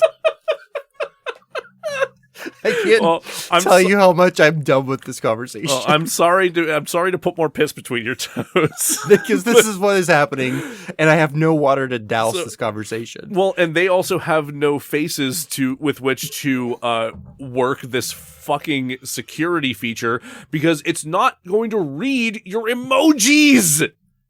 It's going to read your face with your camera. It's always between like the big toe and like the big toe. It's never like, I don't know if that's just the way my wiener is aligned. It's really specific. Like, have you seen a doctor about this? I should probably see a doctor. You might need to. I mean, it doesn't like seem a lot. It's just like a single drop. It's still like, it's enough that I'm like, I'm over uncomfortable. time, though. I mean, I do have webbed feet, so it does just kind of sit there like a pool. See, that's a problem. I think there's a number of problems stacked up on each other. Yeah, we can move on. Holy fuck. So there's a reason that there is somewhat of an explanation as to why this movie is so fucking bad.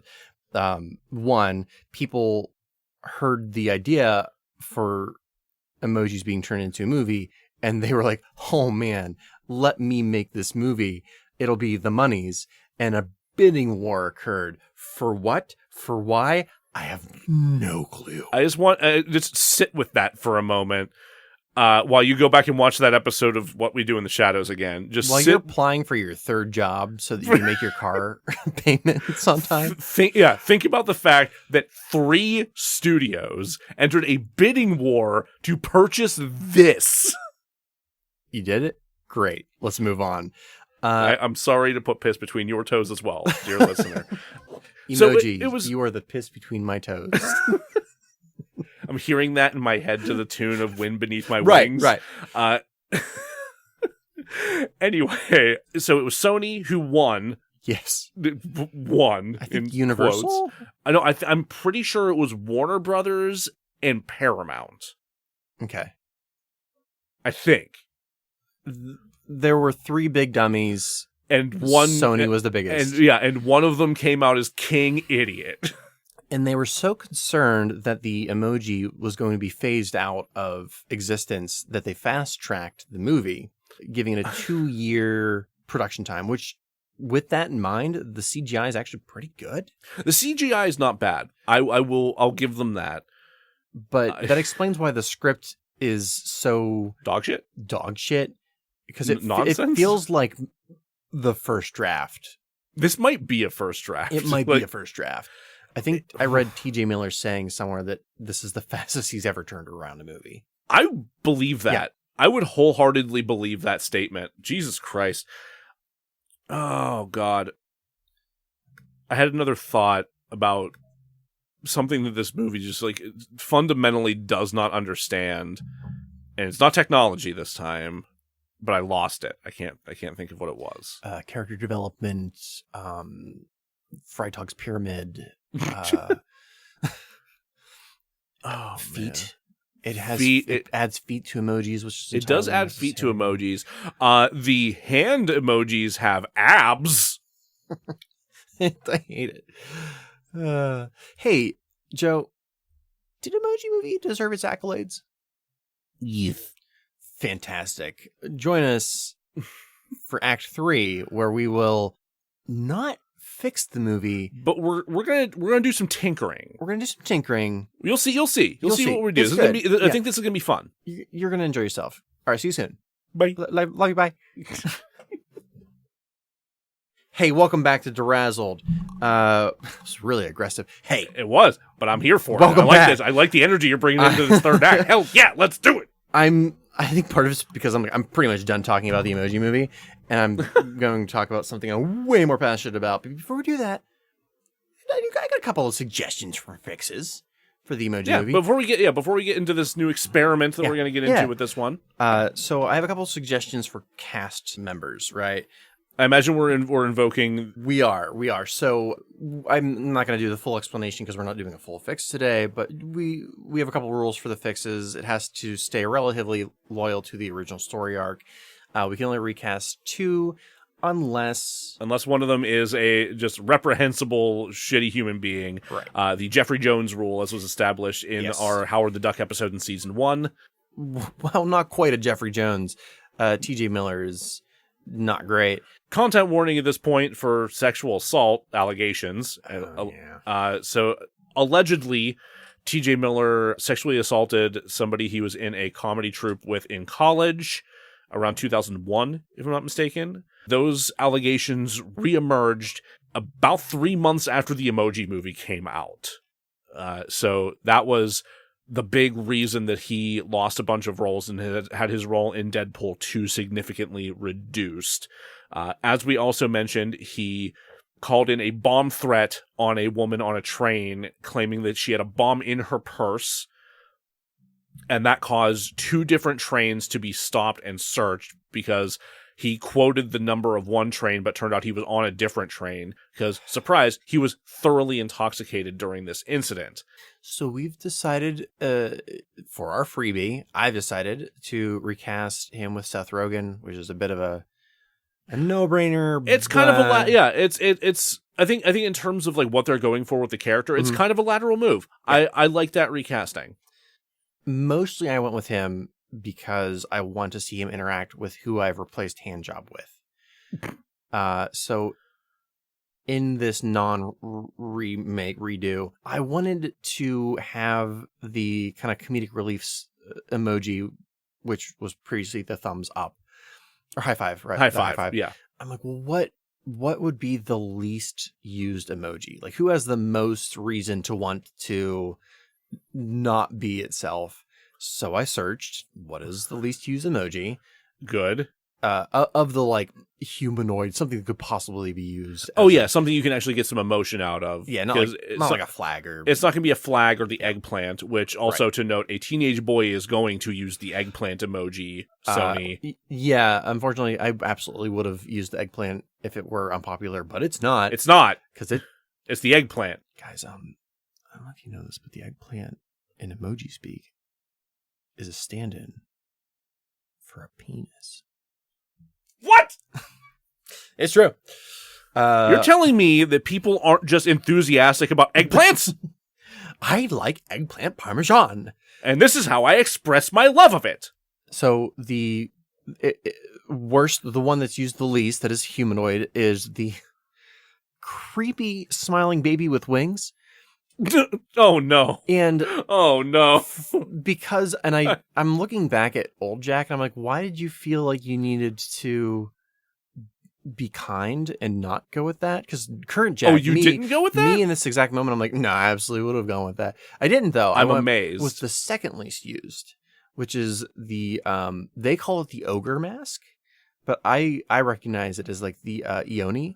Yeah. Which if I'm not mistaken, that also has like a big protruding nose. I believe doesn't so. it? Which also gets used as a dick joke in emoji usage. I don't think the Ioni does. I think there is I might be confusing mask that does have that. I might be confusing it with that one. Which now that you mention, I'm like, nah, I should probably use that one. But in this theoretical remake, I'm now realizing that I probably should have cast somebody of Japanese descent. We could fix that now. Because initially I had cast Nick Kroll. Because I wanted to see him work with Seth Rogen. I mean, they've worked together in the past. Like, I believe so. Or if not in person, then certainly in a voice capacity. Probably. I guess he could be creepy wing baby. He would be a good creepy wing baby. He'd be a really good creepy wing baby. Yeah. I would need that creepy wing baby to be either Nick Kroll or Jason Mantzoukas. What's Jason Mantzoukas from? Oh, so many things. So many things, my guy. Okay. Oh, you've seen The Good Place, right? No. No? No. Oh my God, dude. You're killing me. I know. Parks and Rec.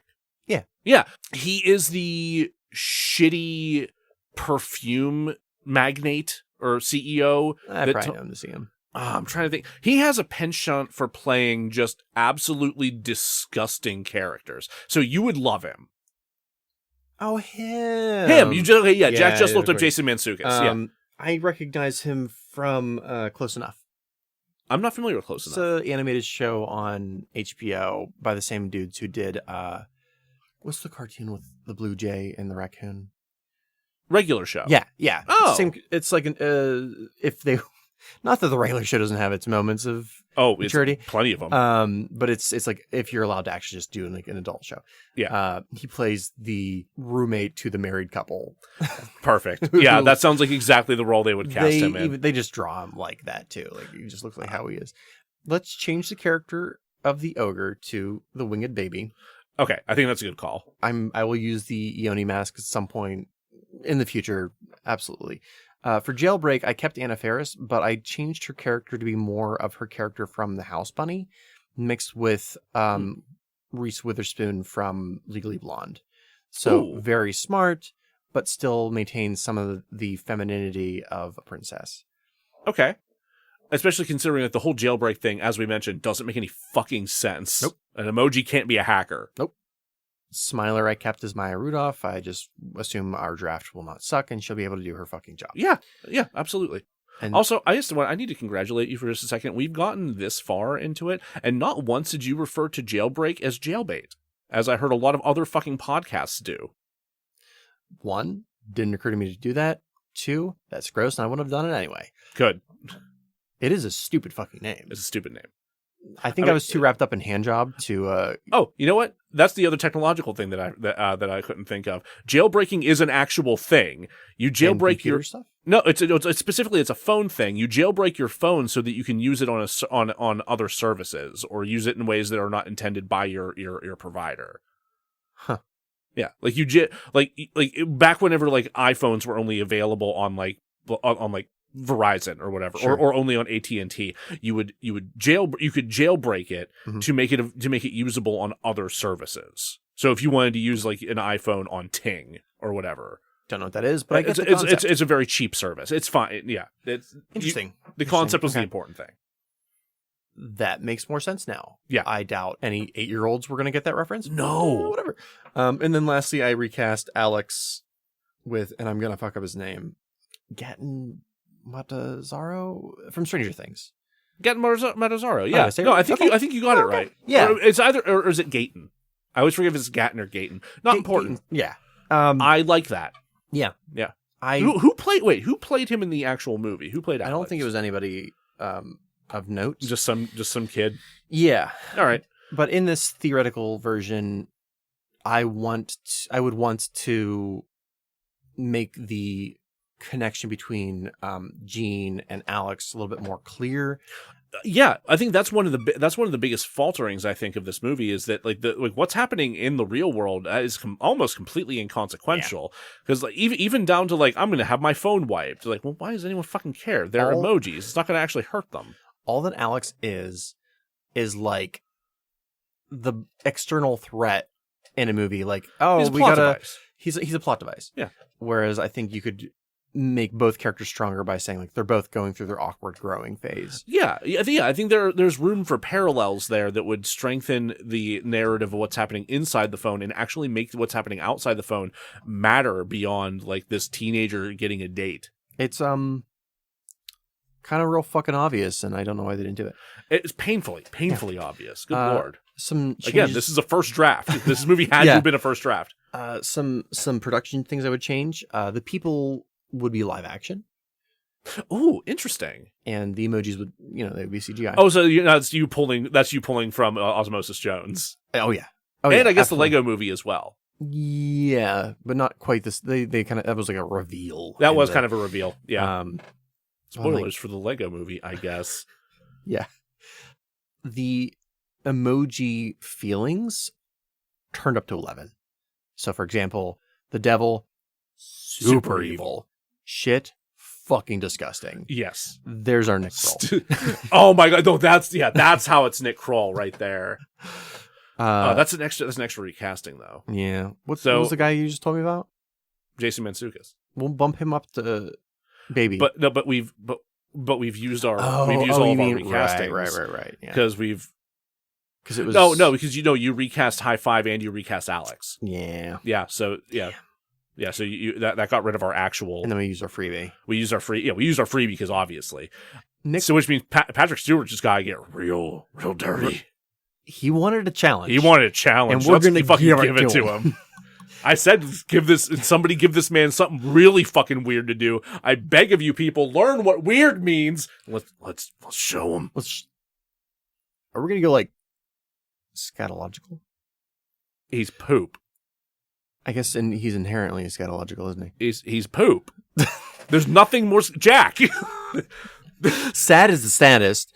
Again, this is cribbing from Inside Out. Yes, and they all love who they are the most. Yes. Gene cannot do the meh face at all. Not even a little bit. Yeah. If he tries, he glitches. When I had him is like when he tries, he does like the drunk face.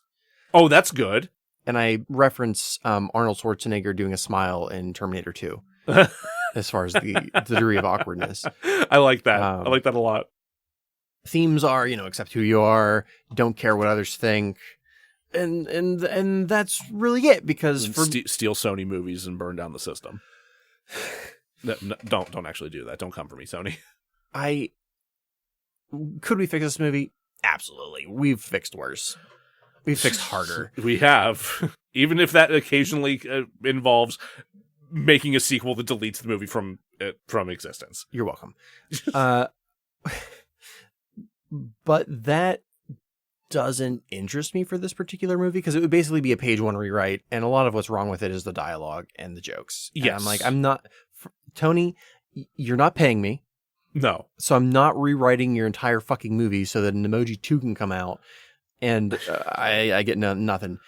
We can't give away that sweetness for free. What's the thing about the fish where it's like teach a man to fuck a fish and he becomes Tom Cruise. What? He becomes Tom Cruise.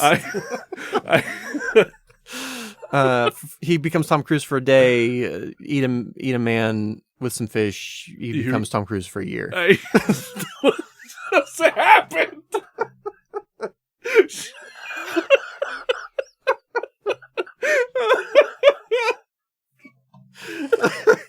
This movie's broken.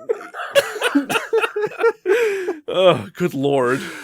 So what we're going to do is we're not going to give Tony the script. No. But we're going to teach him how to write this Yes, script. you've landed in a screenwriting workshop. You're welcome. It's free. All you gotta do is subscribe and rate us on the things. So I've wanted to do this for so long, and I couldn't think of a way to like shoehorn it into one of our projects. Mm-hmm. For those of you who don't know, Joe and I are both writers. Yes. Me, I have a degree in theater, focused mostly on directing and screenplay writing, or I guess stage writing, but whatever. Sure. Moved on to screenplay writing, and I would love to share some of what I've picked up along the way. Let's do it. I think that's a great exercise.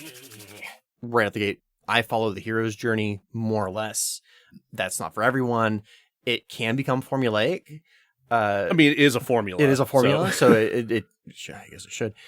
But the way that you employ that formula and make it work for you, yes. is. So now, since I've used it for so long, I don't write out the whole formula. I normally go in, I write the story. If I get stuck on a point, I kind of like apply the formula to it to like get over that hump. Yeah. There's also different versions of the hero's journey. With different number of steps. Or different, yeah. Right. Dan Harmon has like the easiest version of it. I think it's like his is like 4. Is it 4? I thought he did 8. Maybe it's 8. I number bad. But it also makes sense because he's doing like a half an hour TV show. Right. Between Community and Rick and Morty. Yeah. Like he's working in a specific format. He has to get through these steps relatively quickly. Yeah. Normally it's a 10. I use a 12. But we're getting ahead of ourselves. We're going to start with the most simple formula. One that the Emoji Movie fucks up right at the get-go. And that formula is the formula to create conflict. Again, I'm talking about traditional stories. If you want something avant-garde or experimental, this formula doesn't matter. Like, sure. Mad God does not follow this formula. I'm not surprised. And it doesn't need to. All right. The formula is X wants A from Y. Y wants B from X. Why they have to go and put letters in my math? I don't understand this. Most importantly, neither wants to give up what they have. Yes. So let's apply this to this stupid fucking movie. Okay. Show me what you got. And by stupid fucking movie, I mean, I'm not going to do it because it doesn't follow it, so I can't. Joe wants bananas from Jack. I would love a banana, yeah. Jack wants sex from Joe. Now, hold on a minute. Neither wants to give up what they have. Thus, conflict is created. I'm spoken for, sir. Ain't getting my bananas. Great. So we have that very basic building block out of the way. Yep. Next, there's a couple of things I do before I ever jump into a story to kind of just get all the pieces out on the table. The second one, and is probably the thing I hate most out of the writing process, is writing the log line. I fucking hate it. Yeah. This is always a pain point for you. It's basically you are summing up your story within 25-ish words. Yeah. Usually it's one sentence. It can be 2 sentences. But you are telling the you're providing the 4 questions, which I'll get to. Your 4 questions should be answered within the log line. The 4 questions, and this one I do right out the gate. Like this one's really helpful. 1, who is your hero? Okay. Your protagonist, whatever. And by hero, I mean who are you following? Yes. There can only be one. Highlander rules. Correct. If you're doing an ensemble script, shut the fuck up. There's still going to be a lead. Yeah. Yeah, there's still inevitably a character that is like the big focal point that other people's actions hinge on. Look at your Game of Thrones. It's Daenerys. I was just about to say I don't know that it applies to TV shows as much. Differently, but I would say it would apply differently. But with a movie, you should have between like 90 minutes and let's say full. We'll be really generous. Like between Lord of the Rings, it's Frodo. Right. But you have the other characters in Lord of the Rings that are super important. Gandalf, the elf one that is pretty. Legolas, yeah. The Strider. Yeah. I watched that one. Mm-hmm. And Leroy Jenkins. And the Leroy Jenkins. Yeah. And the man with the axe. Those are all important characters, but Frodo drives the action. Next, number 2. What do they want? What do they need? Real quick, I need to when you said man with an axe, I immediately pictured Jack Torrance and not and not Gimli. So I love that movie. Have fun with that. That character's not good with children. No, probably not good with hobbits either. No. Sorry, go on. Do you think he would look at Legolas and think it's Wendy? Oh my, he's gonna torture that elf so badly. It's gonna be real bad. Orlando Bloom's gonna have to do 127 takes of some bullshit of hitting Jack Nicholson with a baseball bat. Yes. Number 2. You have your wants and you have your needs. Joe wants a banana. Yes. He needs love.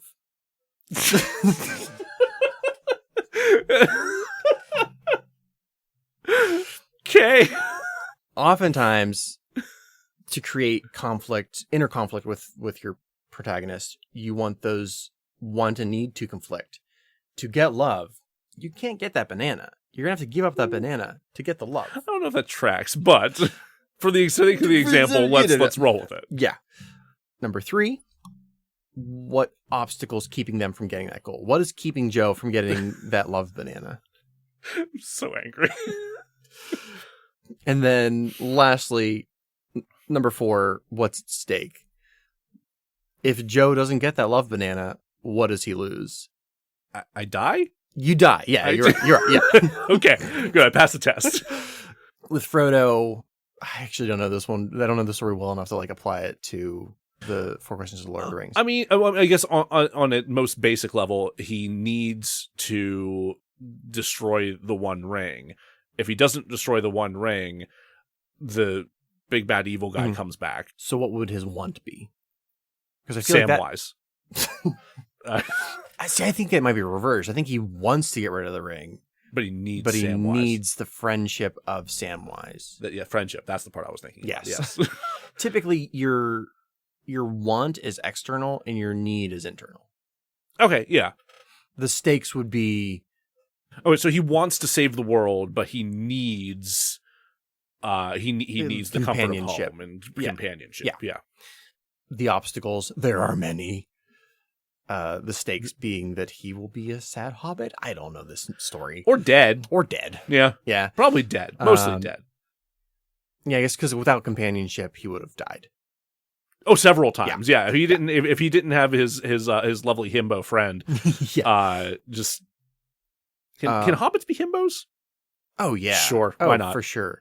So, and I suck at this, but I'm going to try to pull a log line off the top of my head for Lord of the Rings. Frodo, the jolly hobbit, seeks to destroy the ring and save Middle Earth. Middle Earth, yeah. But is fucked without friend. I'm so bad at the log line. You have no idea how long it takes me. I think we see what you're getting at. Yeah. Typically, you need a log line for 2 reasons. One, if you are pitching your story to, whoever, your producer, your actors, your team. More importantly, when you're writing it, when you, let's say you get stuck on the part where you're talking about elven bread for 14 chapters, you can look at the log line. You're like, this elven bread chapter's doing nothing for the log line. Tell that to George R.R. Martin. Yeah. The log line keeps you going in the correct direction. And you can also, you don't have to keep the same log line throughout. If your story evolves to be more about Frodo's love of butterfly catching and how it makes him a better hobbit for it, then you go and change your log line to match the story that you've since become more passionate about. Sure. Great. Now let's get into the tough shit. So to give credit to the 2 people that kind of got me to this point, this formula, this process. One, my professor in college who kind of gave me the formula and just generally introduced me to formulas in general. Okay. Was Jason Mantzoukas. So thank you, Jason. I'm sorry, he had to put up with my obnoxious ass. He also recommended the documentary The Five Obstructions, which is Lars von Trier and his mentor, and it's fantastic. Oh yeah, you've told me about this. Yeah, it's for a Lars von Trier film, not bad. not super triggering. There's some rough parts. I'm sure there are. It's there's no way von Trier can get away with nothing being horrible. The premise being that he's trying to get his mentor to be inspired to create art again. Sure. And one of the obstructions is, where's the worst place you've ever been in the world? That's probably going to get rough, huh? Yeah, which is like poverty-stricken India. And he's like, great, you have to make your movie there. And his mentor made this like short film that is critically, everybody really likes it. So he has to remake this movie with these new obstructions. Okay. So that one, he has to reshoot it in India, in poverty-stricken area of India. There's another one where he hates animated films, so he has to redo it as an animated film. It's Lars von Trier is the embodiment of a troll. Yes, and sometimes that's interesting and productive, and other times it makes you want to vomit. Yeah. So Jason Hamidy, thank you. As far as what I use I use a 12-step hero's journey. Right. That I learned from, I was at Arnold Palmer. Alan Palmer, who himself is an online dude who does a lot of teaching.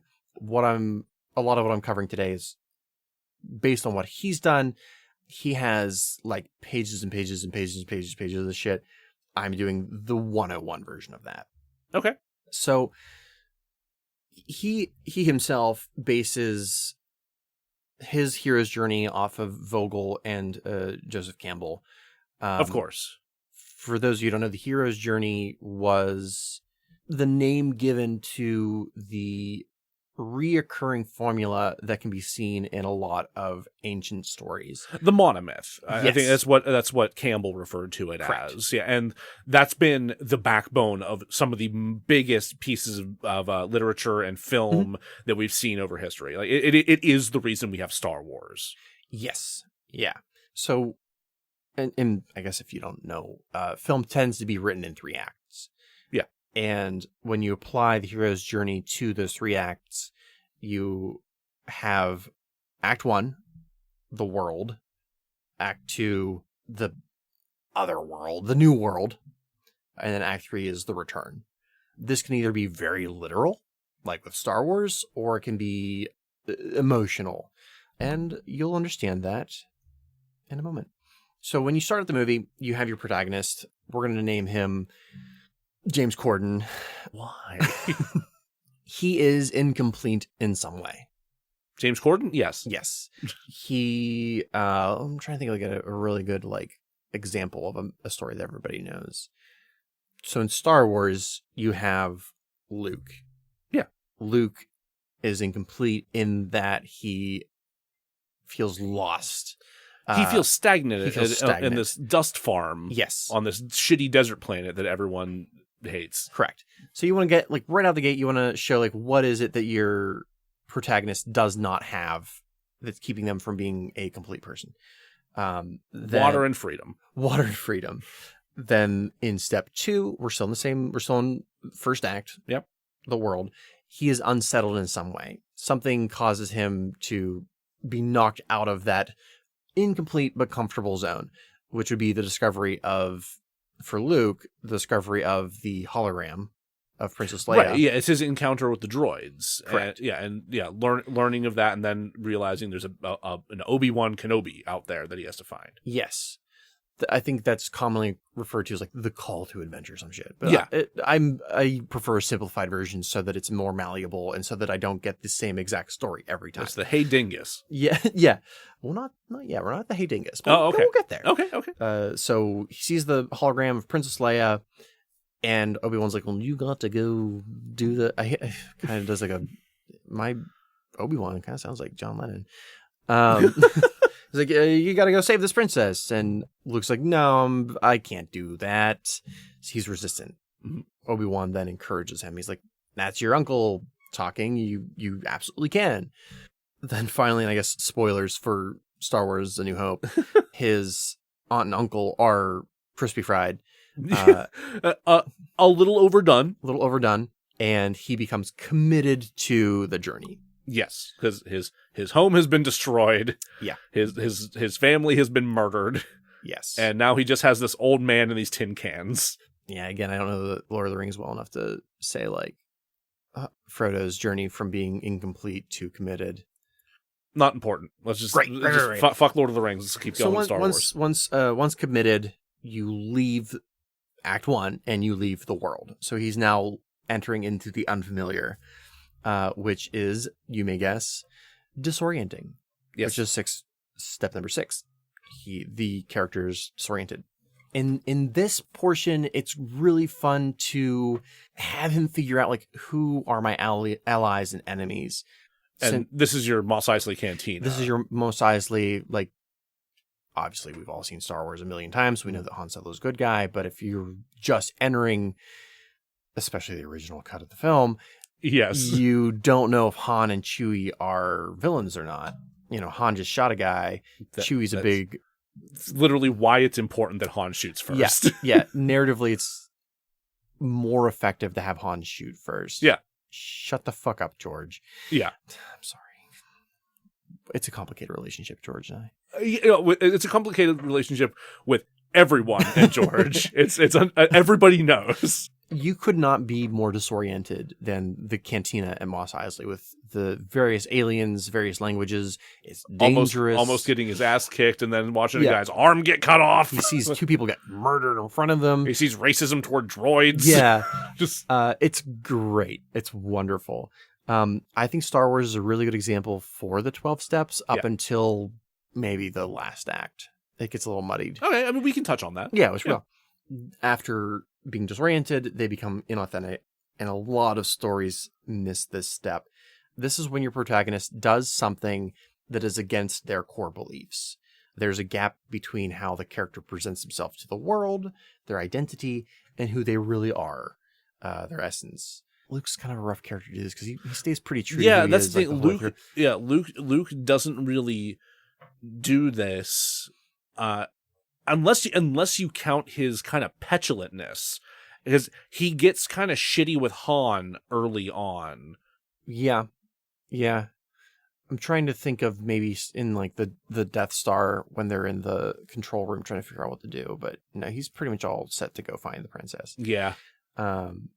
If anything, I think this is why Han is such a loved character. Han shows way more conflict in his personal character. You have him, like, he is a scoundrel. He cares only about himself and Chewie.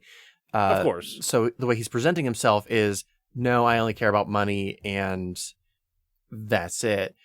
But what he does is he goes to save Leia.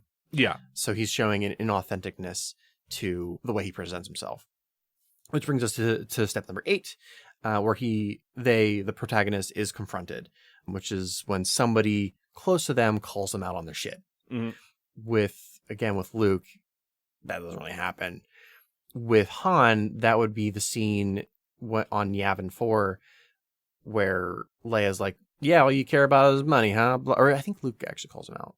Luke does call him out a little bit, yeah. And I was like, yeah, I do. But actually, I need some friends. Mm-hmm. I need that love banana. I feel bad for anybody who doesn't know the first Star Wars, but there are people out there. The concepts are universal. Yeah. Act 2 is the shortest act. It should be the shortest act. I guess where do you break up those acts?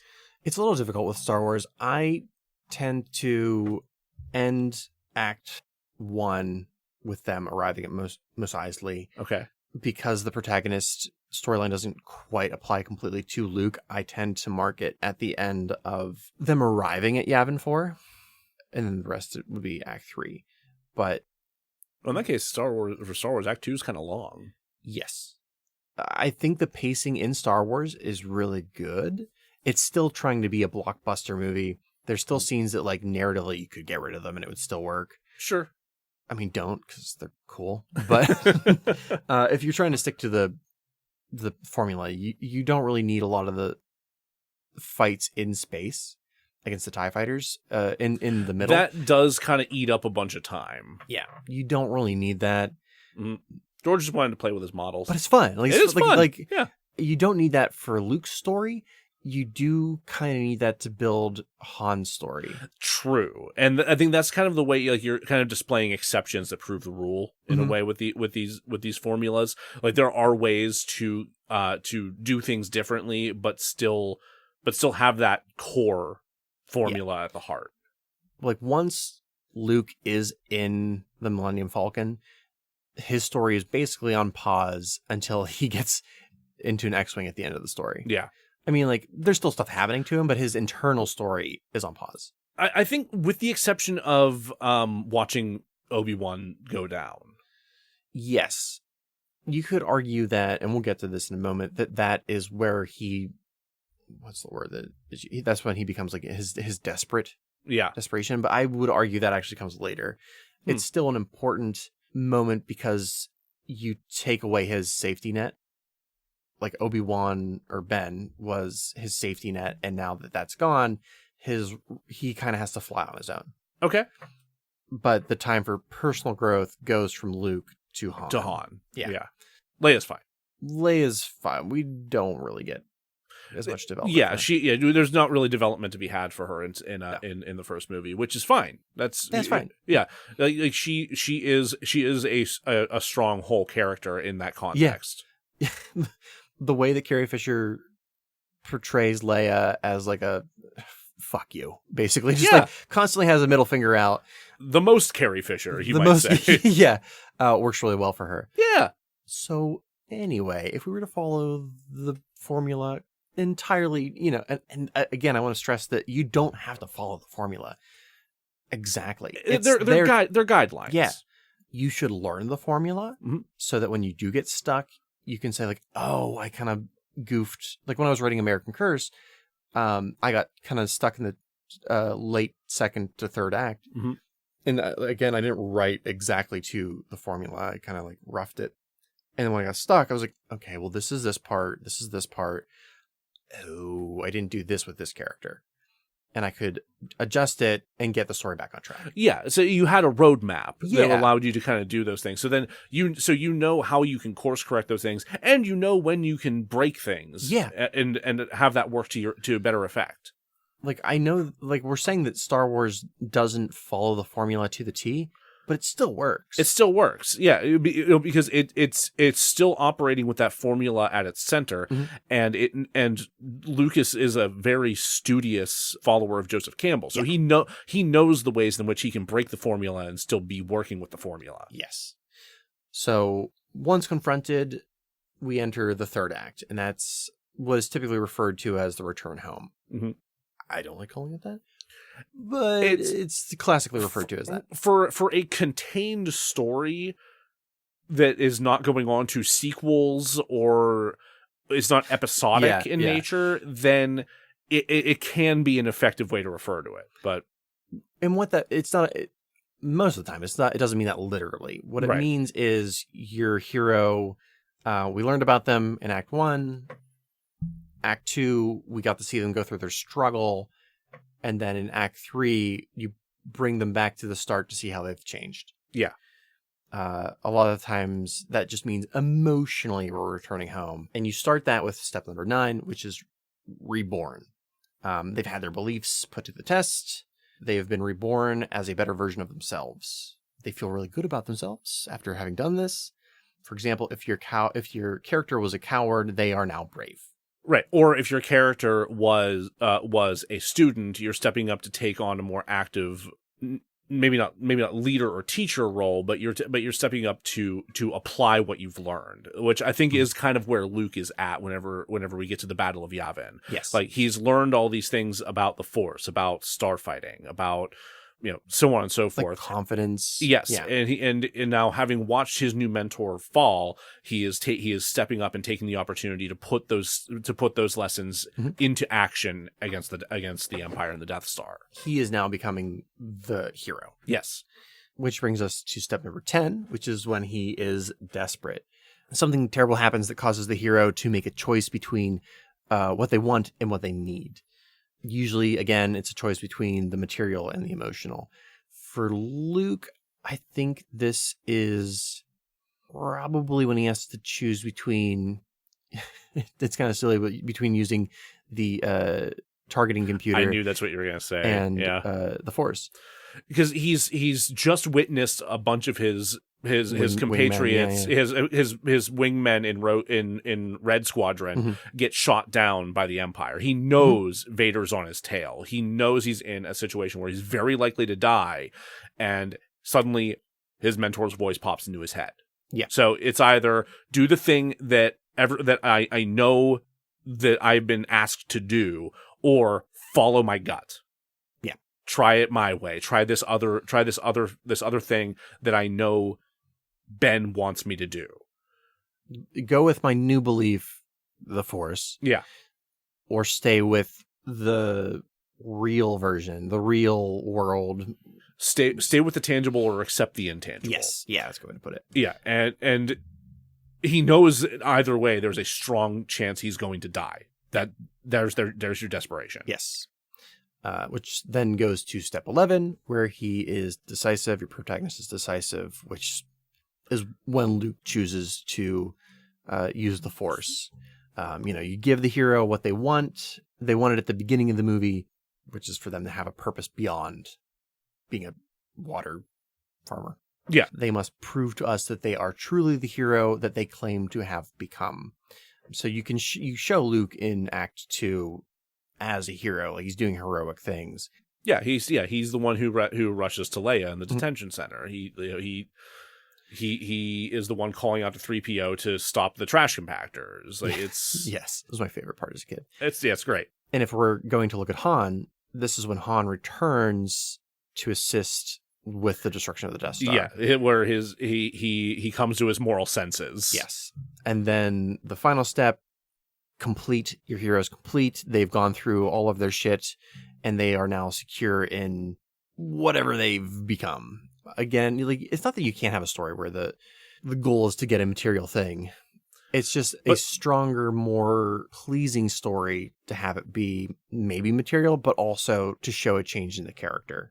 Right. It can be a good visual shorthand for like the representation of that growth and that journey they've gone through. So your metal scene. Yeah. Yes. Now that we're at the end, I want to point out that Star Wars New Hope is a happy ending. Yeah. It's not always going to be. It's not always going Star to be. Wars The Empire Strikes Back. Yes. So a sad ending or upsetting ending would mean that your protagonist got neither what they wanted nor what they needed. A bittersweet story would be they got one of those things. One but not the other. Yeah. And they're not okay with it. Yes. So they got what they wanted, but not what they needed, and it turned out not. And what they wanted turned out to not be quite what it was cracked up to be. Yeah. So, like in the movie 7, they caught the bad guy, but they. I'm trying not to spoil the movie 7, even though everybody already knows. Y'all have seen 7, right? Hey, spoiler alert for 7. There we go. And even then, I'm going to keep it vague. They catch the bad guy, but they lose the friendship. Like what Morgan Freeman and Brad Pitt needed was each other, the friendship, the kind of like anchor to an unforgiving world. Mm-hmm. But what they want is to catch the bad guy. They do, but they lose their friendship. They absolutely do. So bittersweet. Because Brad Pitt allows Kevin Spacey to get to him. Yes, that's it. That's the journey. So, what do with the Emoji Movie? It's tough because they don't really make clear what Gene wants. They show that Gene is uncomfortable with who he is, but what does he want? He goes on the journey to What's he supposed to? He's supposed to So, get, like, permanently changed into I think, meh? yeah, what he wants, or what he thinks he wants, is to become a solid meh. Like he wants the solidity of a defined identity. Yes. Okay. So, and like, Well, and also specifically to fit in, so that he fits in with this society. yeah, I think that with Gene you have a character who their antagonist is quote unquote society, embodied by the character Smiler. Yeah. He wants to fit in. He needs to accept who he is. The stakes being he'll hate himself or whatever. His tactics. I don't even are tactics part of the 4. I kind of just always add that one, but that's more of an actor thing. But tactics? Mm-hmm. I don't think it is. No. So in acting, you consider when you're acting a character, you consider the obstacles, but you also consider your tactics. Tactics being how do you go about overcoming the obstacles? Sure. So that's kind of your like 3.5 out of the 4 questions. Okay. His tactics being going to drop box. It's a fucking stupid story. Stupid. It's absolutely ridiculous. In order to get into the cloud, which no one fucking understands. Yeah. No filmmaker or studio has ever really grasped what the fucking cloud is and employed it in a film effectively. I would say that Emoji Movie does an okay job with Act 1. We show that he's incomplete. He's incapable of being the person he wants to be. He's unsettled when he fails at his fucking job. Resistance kind of... Yeah, I think... Like, maybe... Does he ever argue with Handjob about going on this journey? A little bit. I think Okay. I think there is a little bit of a back and forth there between him and High Five, because High Five is the more ambitious of the two, because he wants re-elevated to his favorite status now that he's in the shit bin in the loser lounge or whatever. Yeah, we kind of skipped over his subplot because it was stupid. It's stupid and it's James Corden. Yeah. So he kind of has to push to get Gene to go along with him on this, and he gets kind of a helping hand from like the weird antivirus bots that are chasing them. Yeah, there's that external threat. There is an external threat that also helps it along. So yeah, we get he's resistant to the journey, and then he's encouraged by High Five. But even then, like the nature of High Five in that part of the narrative is specious at best to me. Largely because of the unsent email that we find later on. Yeah. Like first off, that poem that Alex wrote are literally just Rihanna lyrics. They are like word for word Rihanna lyrics from the song Diamonds.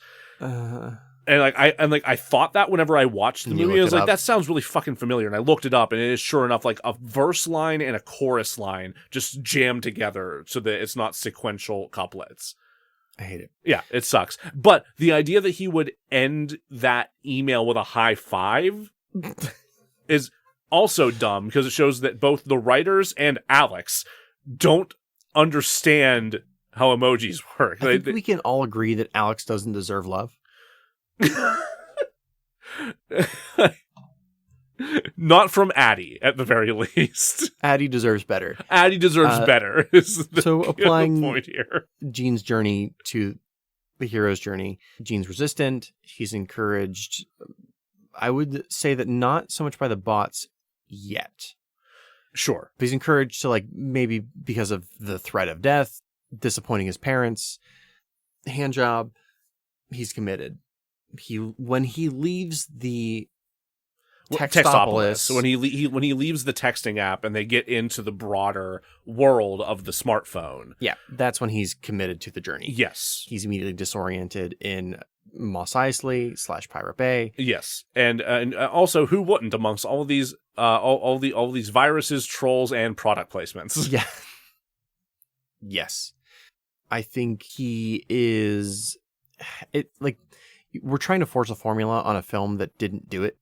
Right. So yeah, so we're kind of shoehorning it a little bit, but there are elements there though. Like even if they didn't actively engage in this, like this is just such a bedrock level storytelling thing that like parts of it are going to be identifiable. Like the formula was not created and then people followed it. People told the stories and then recognized the formula. Correct. Yeah. It's not so much that you're employing the formulas or following the formulas. It's that you've recognized those trends and and those trends have functioned as storytelling for eons. Yes. And I think the Emoji Movie follows Act 1, the hero's journey, pretty well, and it does disorient it well, and then from there it starts to fall apart. Yes. And you can little look behind the scenes, but oftentimes when I'm writing the summary of whatever movie we're covering, you're kind of going through those points and seeing where the failures are. I'm doing that, but you can kind of notice where the movie falls apart when I start yada yada. Oh yeah, 100%. Like, and it's very easy to yada over a large portion of this second act because the Blandy Blush nonsense sequence and the bus pants dancing game sequence are so meaningless to the overall plot of the movie. They're definitely Randy touch. There's a little bit of buts, can'ts that you could say Gene's accepting who they are a little bit because they're showing the dance moves they have and they are accepting of who they are in that moment. In the sense that we are unfortunately made to suffer the emoji pop. Correct. The fucking weird ass face and leg movement based dance craze that this movie tries to foist upon its audience. I felt a day of my life leave my body. Yeah, I saw it happen. Like the fucking weasel ghosts in Who Framed Roger Rabbit. Yeah, that's exactly what just happened in front of me. Oh my god. Gene is such a shallow character that he can't be inauthentic. And he's not really confronted.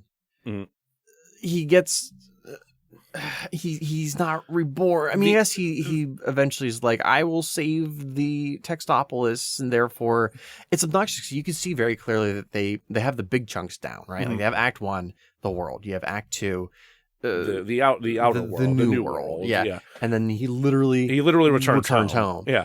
And the broad strokes are there. Yeah. It's just that when you start getting into the minutia of the individual steps, it really does fall apart, or it becomes so thin and like telegraphable that like there's no suspense, there's no threat, there's no conflict. No.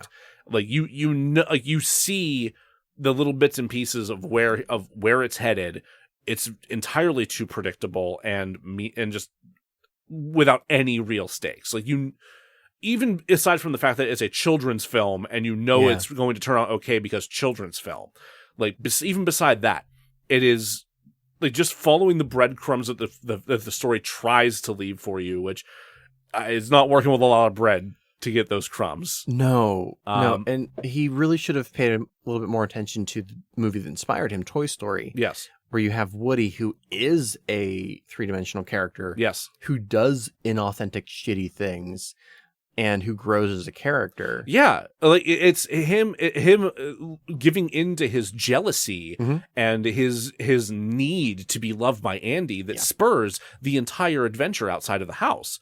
Like that is a prime textbook example of that step. I would almost argue that Toy Story is a better example of the hero's journey than Star Wars is. Arguably, yeah. If for no other reason than it sticks really closely to following the journey of main protagonist and not veering towards Buzz Lightyear. Buzz Lightyear is a fantastic antagonist, but and not saying he's like a bad guy. He's the cause of Woody's change. Yes, by definition, an antagonist. Yeah, not big bad evil guy, but correct. Literally foil. Correct. Man. What a dumb fucking movie. It's just a dumb movie. It was a bad movie that was bad. I really enjoyed talking through the hero's journey. It was hard to compress it.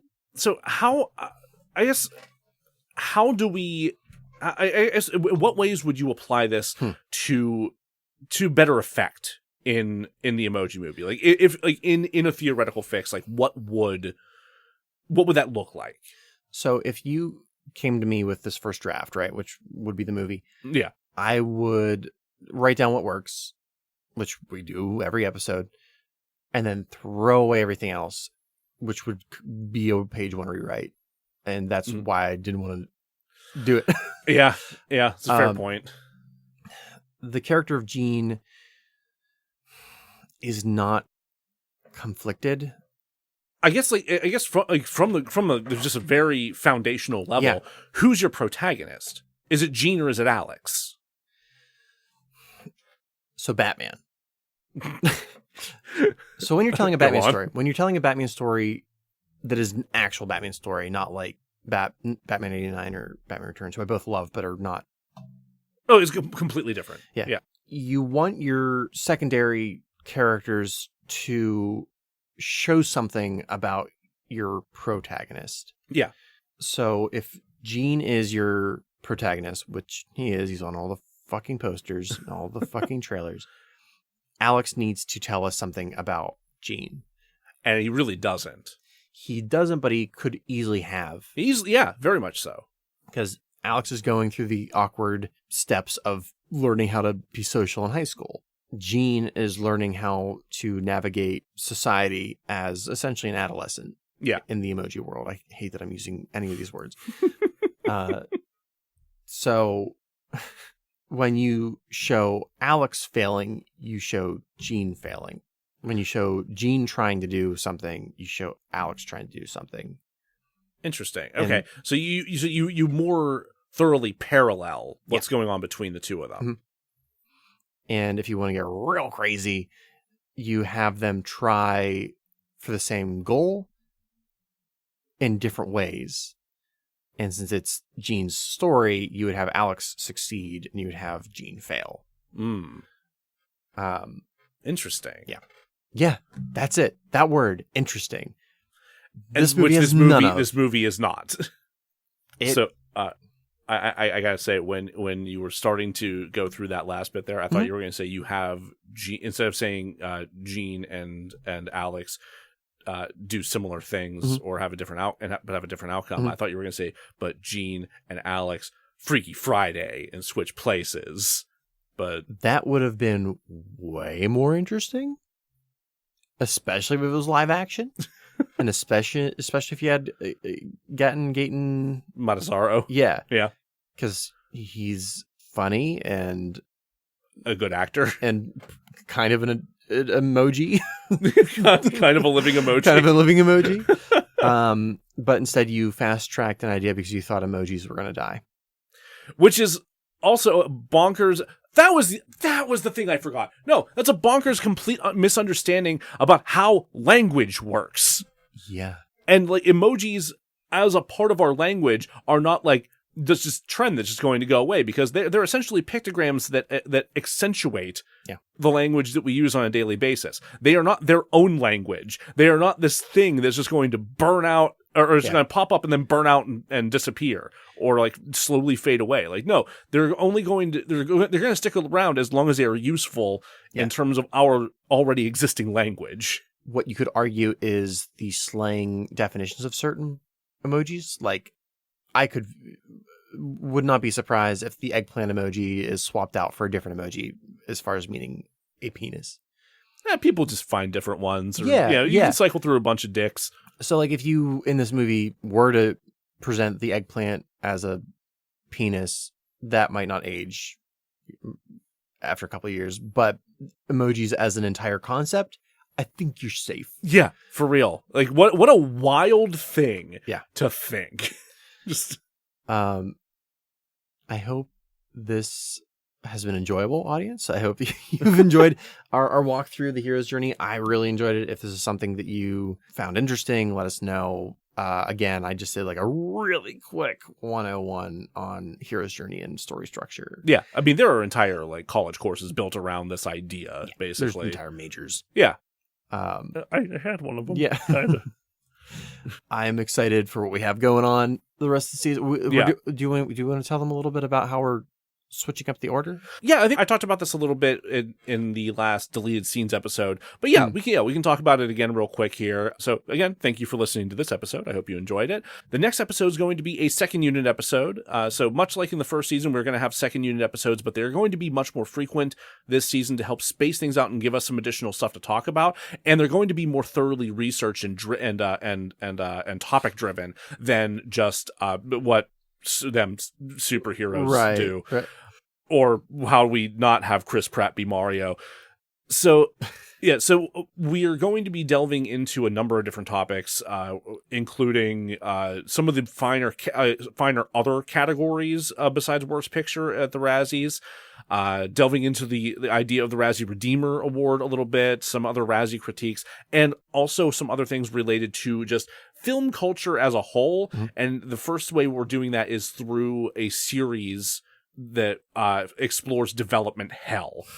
So we talked about the what fucking movie did we talk about earlier? That Boo. Yes. Yeah, we mentioned that earlier, so that might come up in this series. I'm definitely going to research that more thoroughly. But starting with our next episode, this is going to be the first installment in that series, following what was supposed to be the Mark Wahlberg produced film adaptation of the Amory Wars, the story of the Coheed and Cambria albums and graphic novels. So I'm a huge fan of that band and that story, so I'm thrilled to get to expose Jack to it and to talk about what the hell happened there and what could have been, which I know nothing about. Yes, because I am an old man.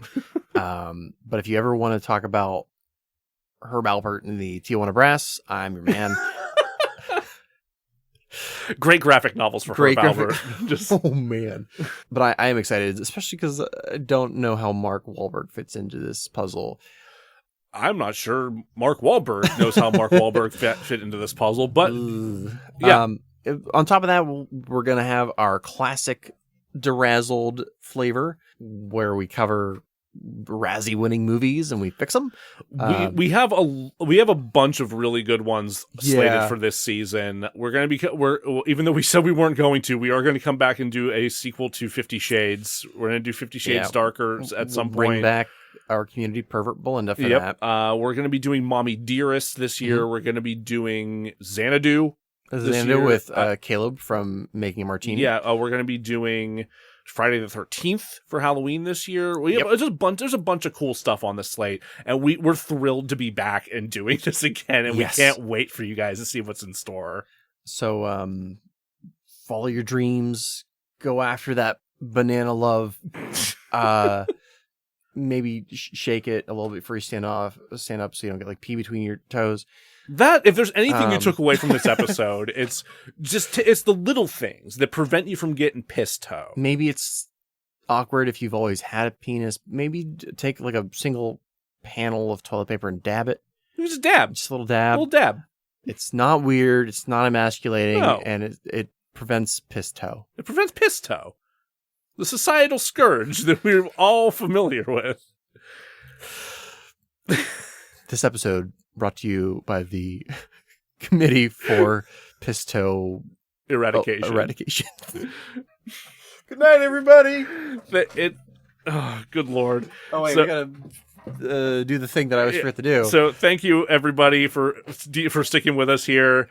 If you liked what you heard here, please rate and review the show anywhere you possibly can. We are on Good Pods, where you can rate and review specific episodes. You can rate us on iTunes, on Spotify, on Stitcher, on Podchaser, wherever, to just help people get us, find our show and discover us more easily. And to help us pop up and higher up in search rankings. If you have something that you'd like us to cover, send us an email at DeRazzledPodcast@gmail.com. Or if you want to make fan fiction or whatever based off of whatever we've talked about, feel free to do that. We're always up for a laugh or a disturbing reading experience. Never mind the mention of the secret project. Please follow us on social media at DeRazzled Podcast on Facebook, at DeRazzled_podcast on Instagram, and DeRazzled Pod on Twitter, and Dullboy_Jack on TikTok. And tip your tattoo artist. Tip your tattoo artist. It's always a good idea. And your piercers. And your piercers. Yeah. Thank you, William from Hot Rod. You do a good needle shove, my dude. Come back next time where we're sure to Razzle dazzle ya.